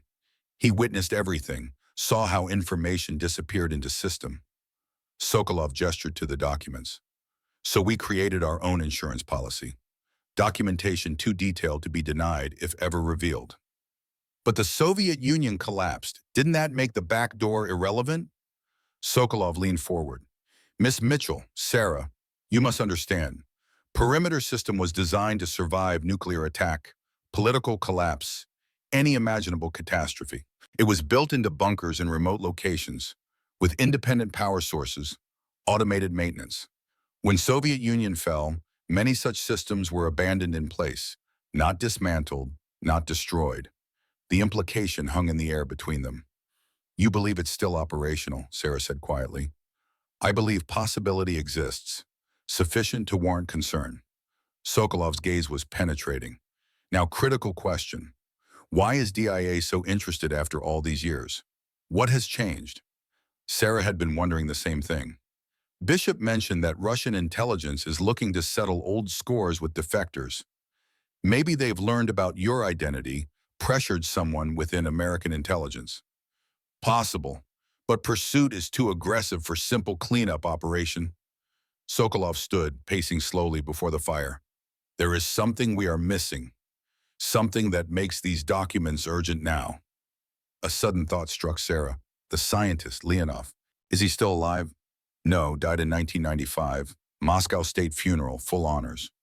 What about his associates, students, anyone who might have known about the back door? Sokolov stopped pacing, his expression sharpening.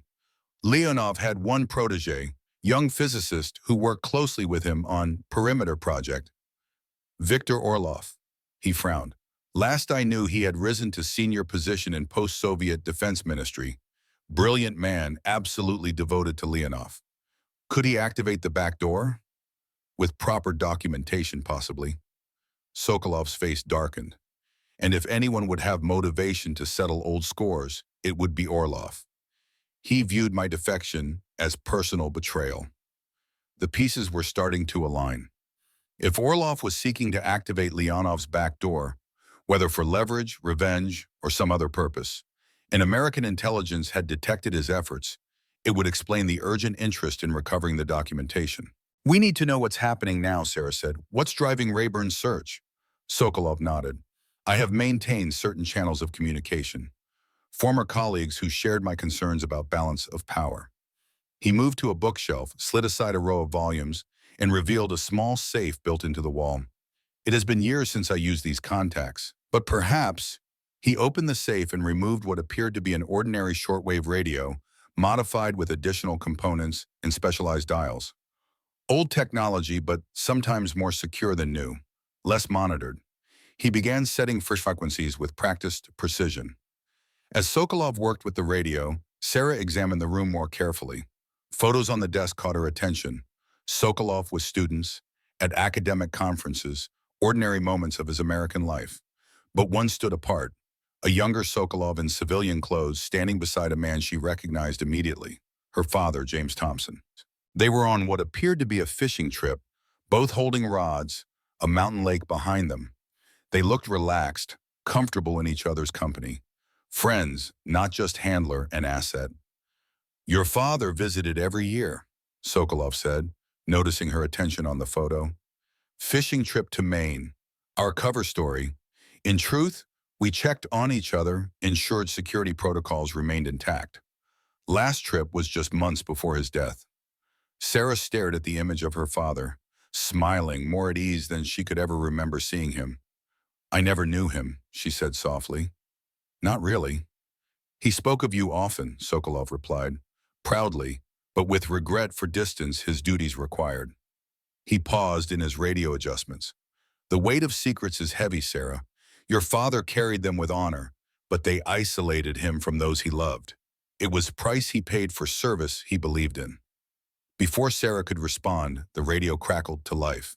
Sokolov fine-tuned the frequency, then spoke into the microphone, rapid Russian, using what sounded like coded phrases. After a brief exchange, he switched off the radio, his expression grave. "My contact confirms unusual activity. Russian military intelligence has reactivated research program connected to perimeter system. Project designation, Phoenix. American intelligence is aware, monitoring closely." He looked at Sarah. "Timing suggests Orlov may indeed be attempting to access backdoor. But why now, after all these years?" "Current geopolitical tensions create opportunity. If Orlov can demonstrate backdoor exists, prove American officials concealed it." Sokolov shook his head. "Diplomatic crisis at minimum, possibly worse if backdoor can be activated." Sarah processed this. So Rayburn's team isn't just protecting old secrets. They're trying to prevent a current threat. Yes. Though their methods suggest they still prioritize concealing American complicity over addressing actual vulnerability. Sokolov tapped the document tube. "These papers contain specific technical details, access points, command sequences, physical locations of perimeter components, information that could help prevent activation or facilitate it in the wrong hands," Sarah pointed out. "True, which is why question of trust is paramount." Sokolov studied her intently. "Your father trusted you enough to leave path to these documents. Bishop trusted you to bring them here. Now I must decide if that trust is warranted. What other choice do we have? Rayburn's team will find us eventually." "We have choices, always choices." Sokolov moved to his desk, opened a drawer, and removed a small leather case. Inside was a satellite phone. "This connects directly to NATO's Supreme Allied Commander Europe, General Williams. We served together during Cold War.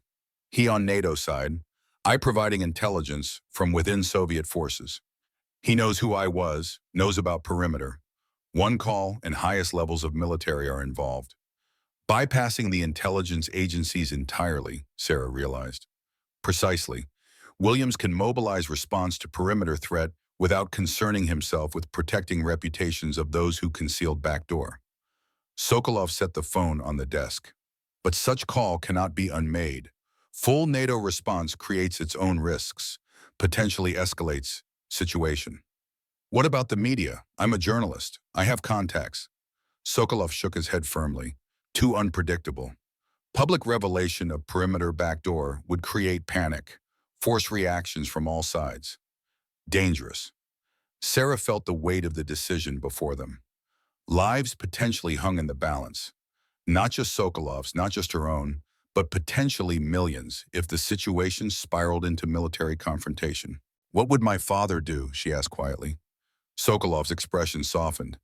James believed in duty above all, but he also believed in judgment, knowing when system itself becomes obstacle to its intended purpose. He gestured to the documents.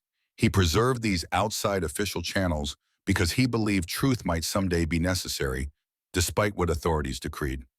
The sound of tires on gravel interrupted them. Sokolov moved swiftly to the window, peering through the curtains. Black SUV, he reported, voice tense. Two men approaching house. Sarah's pulse quickened. Rayburn? Unknown, but not expected visitors. Sokolov moved to his desk, opening another drawer. He removed a pistol, a Soviet Makarov, checking it with practiced efficiency. Secondary exit through cellar, take documents, follow hallway to kitchen, door beside refrigerator leads down. What about you? I will delay them, join you shortly. He saw her hesitation. Go now, Sarah. We prepared for this possibility since day I arrived in America. Sarah gathered the documents and recorder, shoving them back into her backpack. As she moved toward the hallway, a heavy knock sounded at the front door. Professor Miller? A voice called. Federal agents, we need to speak with you. Sokolov motioned Sarah toward the kitchen, then moved to answer the door, concealing the pistol behind a book on a side table. Sarah hurried down the hallway, heart pounding. The kitchen was warm and homey, with copper pots hanging above a center island. Beside the refrigerator, as Sokolov had indicated, was a narrow door. She paused, listening. Sokolov's voice carried from the entryway. Calm, slightly confused, the perfect academic confronted by unexpected authorities. A second voice responded, not Rayburn's, but similar in its authoritative tone. Sarah couldn't make out the words, but the tension was clear. The cellar door opened silently on well-oiled hinges. Stone steps led down into darkness. Sarah found a light switch at the bottom, revealing a space that defied expectation. One side was ordinary storage, preserves on shelves, garden tools, winter supplies. The other was a fully equipped communication center and what appeared to be a small armory, all concealed behind a false wall that currently stood open. Sokolov had never stopped being Nightingale, she realized. All these years in his quiet academic life, he had maintained the tools and mindset of the intelligence operative he had been. Voices raised above, then footsteps, moving toward the kitchen. Sarah quickly moved behind the false wall, pulling it nearly closed but leaving a small gap to observe. The cellar door opened, and heavy footfalls descended the stairs. Not Sokolov. These were the measured steps of someone searching, alert for threats. A beam of light swept the cellar, a tactical flashlight mounted on a pistol. The agent moved methodically, checking corners, approaching the false wall. Sarah held her breath. If he found her, the documents would be confiscated. Sokolov exposed, her father's trust betrayed. But if she used the weapons in the armory to defend herself, she would cross a line she had never imagined crossing. The flashlight beam paused on the seam of the false wall. The agent stepped closer, reaching out to investigate the anomaly. A crash sounded from upstairs, glass breaking, a heavy thud. The agent's head snapped up, attention diverted. He hesitated, then turned, hurrying back up the stairs, radioing for his partner. Sarah exhaled, trembling with relief and tension. Whatever distraction Sokolov had created had worked, for the moment. But they were running out of time and options. A soft click came from the wall behind her. A section of shelving swung inward, revealing a narrow passage. Sokolov appeared in the opening. Emergency exit, he explained tersely. Leads to root cellar of neighboring property, then out. We must go quickly. The agents? Temporarily occupied with the unfortunate gas explosion in my study, small, controlled, designed to create confusion, not harm. He handed her a small backpack. Emergency supplies. Documents safe? Sarah nodded, clutching her own backpack. What about your life here? Your identity? Compromised now. Emergency protocols in effect. No regret in his voice, only pragmatic acceptance. This way. The passage was low and narrow, forcing them to crouch as they moved through the earthen tunnel. It emerged, as Sokolov had said, in a root cellar beneath an apparently abandoned cottage. From there, they exited into dense woods behind the property. We have perhaps 15 minutes advantage, Sokolov said, leading the way through the trees with surprising agility for his age. Vehicle waiting 2 kilometers north. Secondary escape route. Where are we going? First, to secure a communications point. Must contact Williams directly, inform him of situation. Sokolov paused, turning to face her. Decision time has arrived sooner than expected. We must act on information now. They continued through the woods, following game trails invisible to untrained eyes. Sokolov moved with the confidence of someone who had walked these paths many times, rehearsing this exact scenario. Sarah followed, her mind racing with implications and decisions.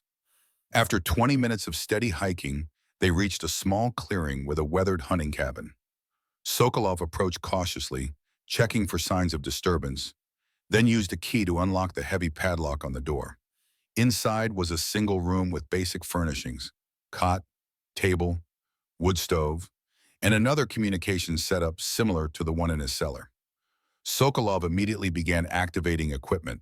We have small window before they trace electrical signature, he explained. Satellite connection established through multiple relays, difficult to track. Is this how you've maintained contact with your networks all these years? One method among several, old intelligence habits difficult to break. He smiled briefly. Perhaps fortunate now. As he worked, Sarah examined their situation more thoroughly. The agents who came to your house, they're not with Rayburn, are they? Different team. Correct. Different agency, different approach. These men from CIA counterintelligence.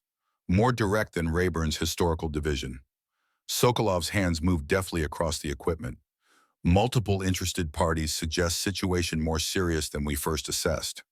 Or they're not coordinating, Sarah suggested. Competing agencies, different agendas. Also possible, American intelligence community not known for harmonious cooperation. He finished his adjustments and picked up a handset. Connection establishing.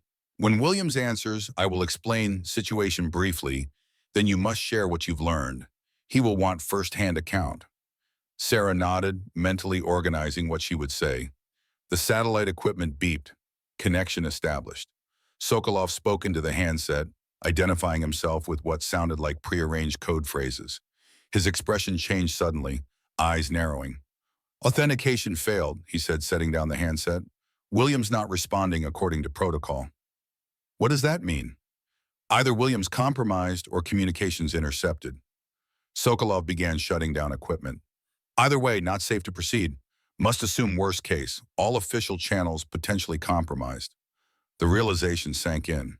They were truly on their own now, cut off from official help, pursued by multiple agencies, carrying information too dangerous to release publicly, but too important to suppress.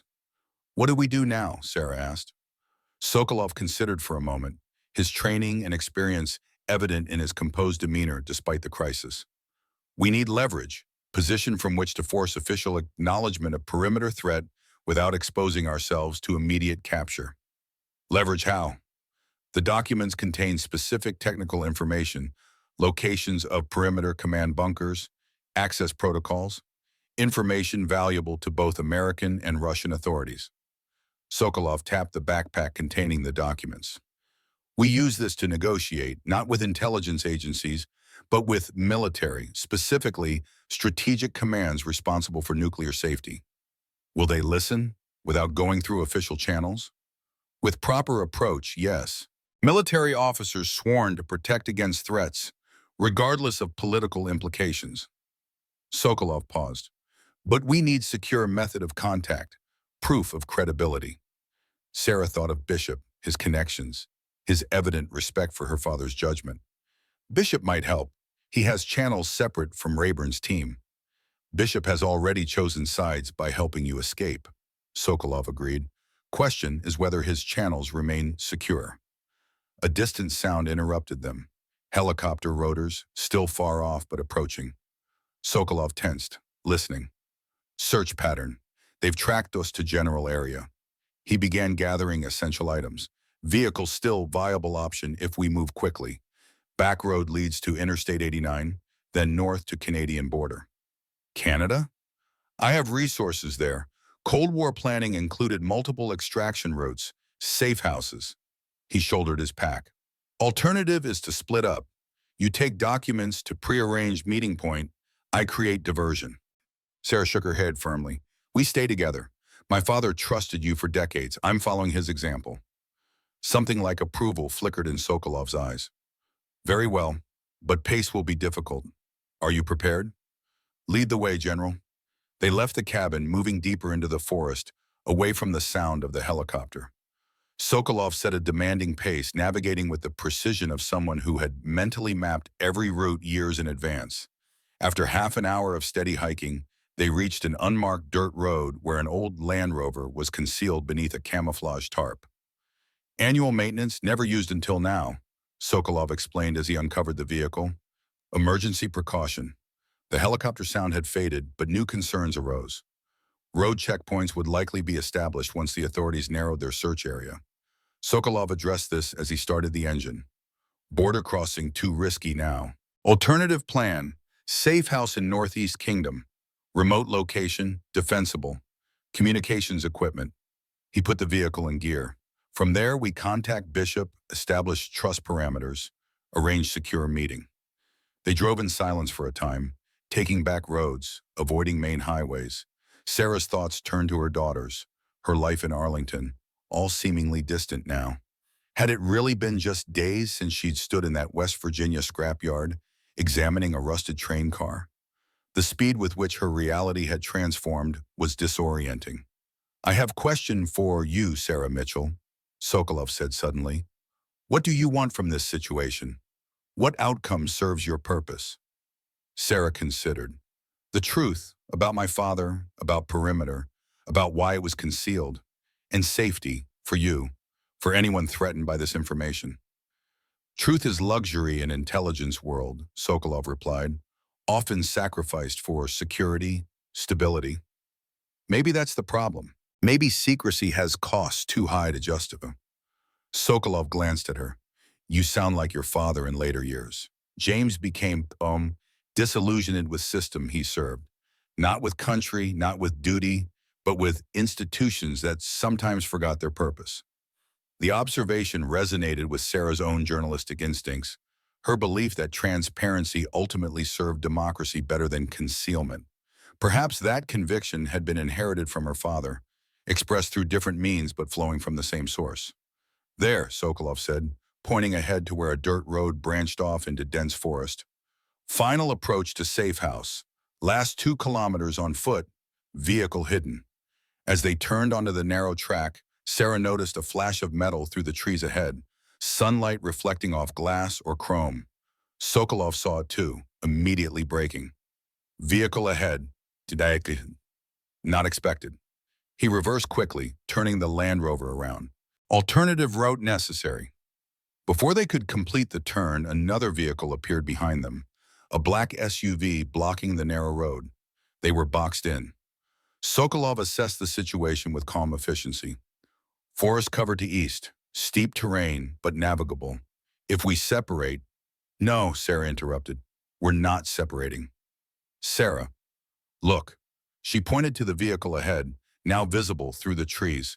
It wasn't the expected government SUV, but a familiar pickup truck. That's Diana Keller's truck, from back in Virginia. Sokolov frowned. Unexpected, potentially concerning. The pickup advanced slowly. Through the windshield, Sarah could now make out Diana behind the wheel, and beside her, Sheriff Harper. The SUV behind them remained in position, engine idling. Friends of yours? Sokolov asked. I think so. Diana helped me at the train car. Harper left me the key to reach Bishop. Sarah paused. But I don't understand how they found us here. We will soon discover. Sokolov reached beneath his seat, retrieving his pistol. Be prepared for all possibilities. Diana stopped the truck about 20 yards ahead. She and Harper exited slowly, hands visible, making no threatening moves. Sarah rolled down her window as they approached. "Quite a chase you've led everyone on," Harper said, his tone conversational but eyes alert. "Crossed its state lines, multiple jurisdictions. Impressive." "How did you find us?" Sarah asked. "Bishop," Diane answered. "He contacted us after your helicopter left. Said you might need extraction support once you connected with the professor." She nodded respectfully towards Sokolov. "And the SUV behind us?" Sokolov inquired, his accent more pronounced with tension. "Bishop's people," Harper replied. "Former colleagues, not affiliated with Rayburn's operation." Sarah studied them both, searching for signs of deception. "Why are you helping us? Both of you. What's your stake in this?" Diana and Harper exchanged glances. "Your father helped me when no one else would," Diana said. "When my husband disappeared on a classified operation, James Thompson was the only one who told me the truth. I owe him." "And I served with Bishop in Berlin," Harper added, "during some of the tensest years of the Cold War. Saw firsthand how Nightingale's intelligence saved lives." He looked directly at Sokolov. "Including mine." Sokolov's expression remained guarded. "Touching stories, but insufficient explanation for current intervention." "The perimeter backdoor is active," Harper said flatly. "Russian intelligence detected unusual network activity at one of the abandoned command bunkers 3 weeks ago. NSA intercepted communications suggesting Orlov is attempting to demonstrate backdoor vulnerability as leverage in current diplomatic negotiations." "How do you know this?" Sarah asked. "Bishop has sources inside NSA. When Rayburn's team began searching for your father's documentation, Bishop started pulling threads." Harper's weathered face was grim. "Official response is fragmented. Some want to prevent Orlov from succeeding. Others want to ensure American complicity remains hidden, regardless of consequences. Bishop believes original documentation could help neutralize backdoor before Orlov weaponizes it," Diana added. "But only if it reaches right people." Sokolov considered this information, his tactical mind visibly processing implications. "Rayburn's team, how close?" "Close," Harper acknowledged. "Helicopter search patterns focus 20 miles south. They'll expand this direction within hours." "We have transportation arranged," Diana said. "Private airfield, aircraft waiting. Bishop will meet us at destination." Sarah looked to Sokolov. The decision ultimately rested with him, the man who had lived with these secrets longest, who had the most to lose. His expression was unreadable for a long moment. Then he nodded once, decisive. "We proceed together," he said. "But first, verification." He turned to Harper. "Berlin Station, winter 1984. Operation designation." "Frostbite," Harper replied without hesitation. "Communication hub beneath Alexanderplatz." Sokolov nodded, satisfied with the authentication. "Very well. Lead vehicle, we follow. Standard convoy protocols." As they transferred to the vehicles, Sokolov and Sarah in the SUV, Harper and Diana leading in the pickup, Sarah felt a strange sense of alignment. Her father's past and her present were converging, forming a continuity she had never expected to experience. The web of trust and obligation her father had woven during his years of service was now supporting her, guiding her toward completing what he had begun.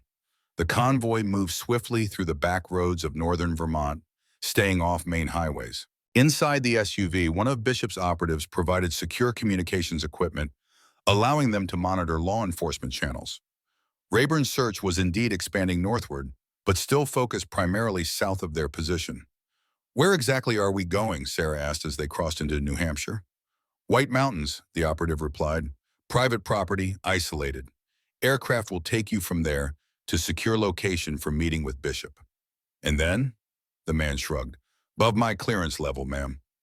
Sokolov, seated beside Sarah, spoke quietly. "Final step will be negotiation. Documentation in exchange for official acknowledgement of perimeter threat. Commitment to neutralize backdoor." "An amnesty for you," Sarah added. "Perhaps. Not primary concern." His expression was stoic.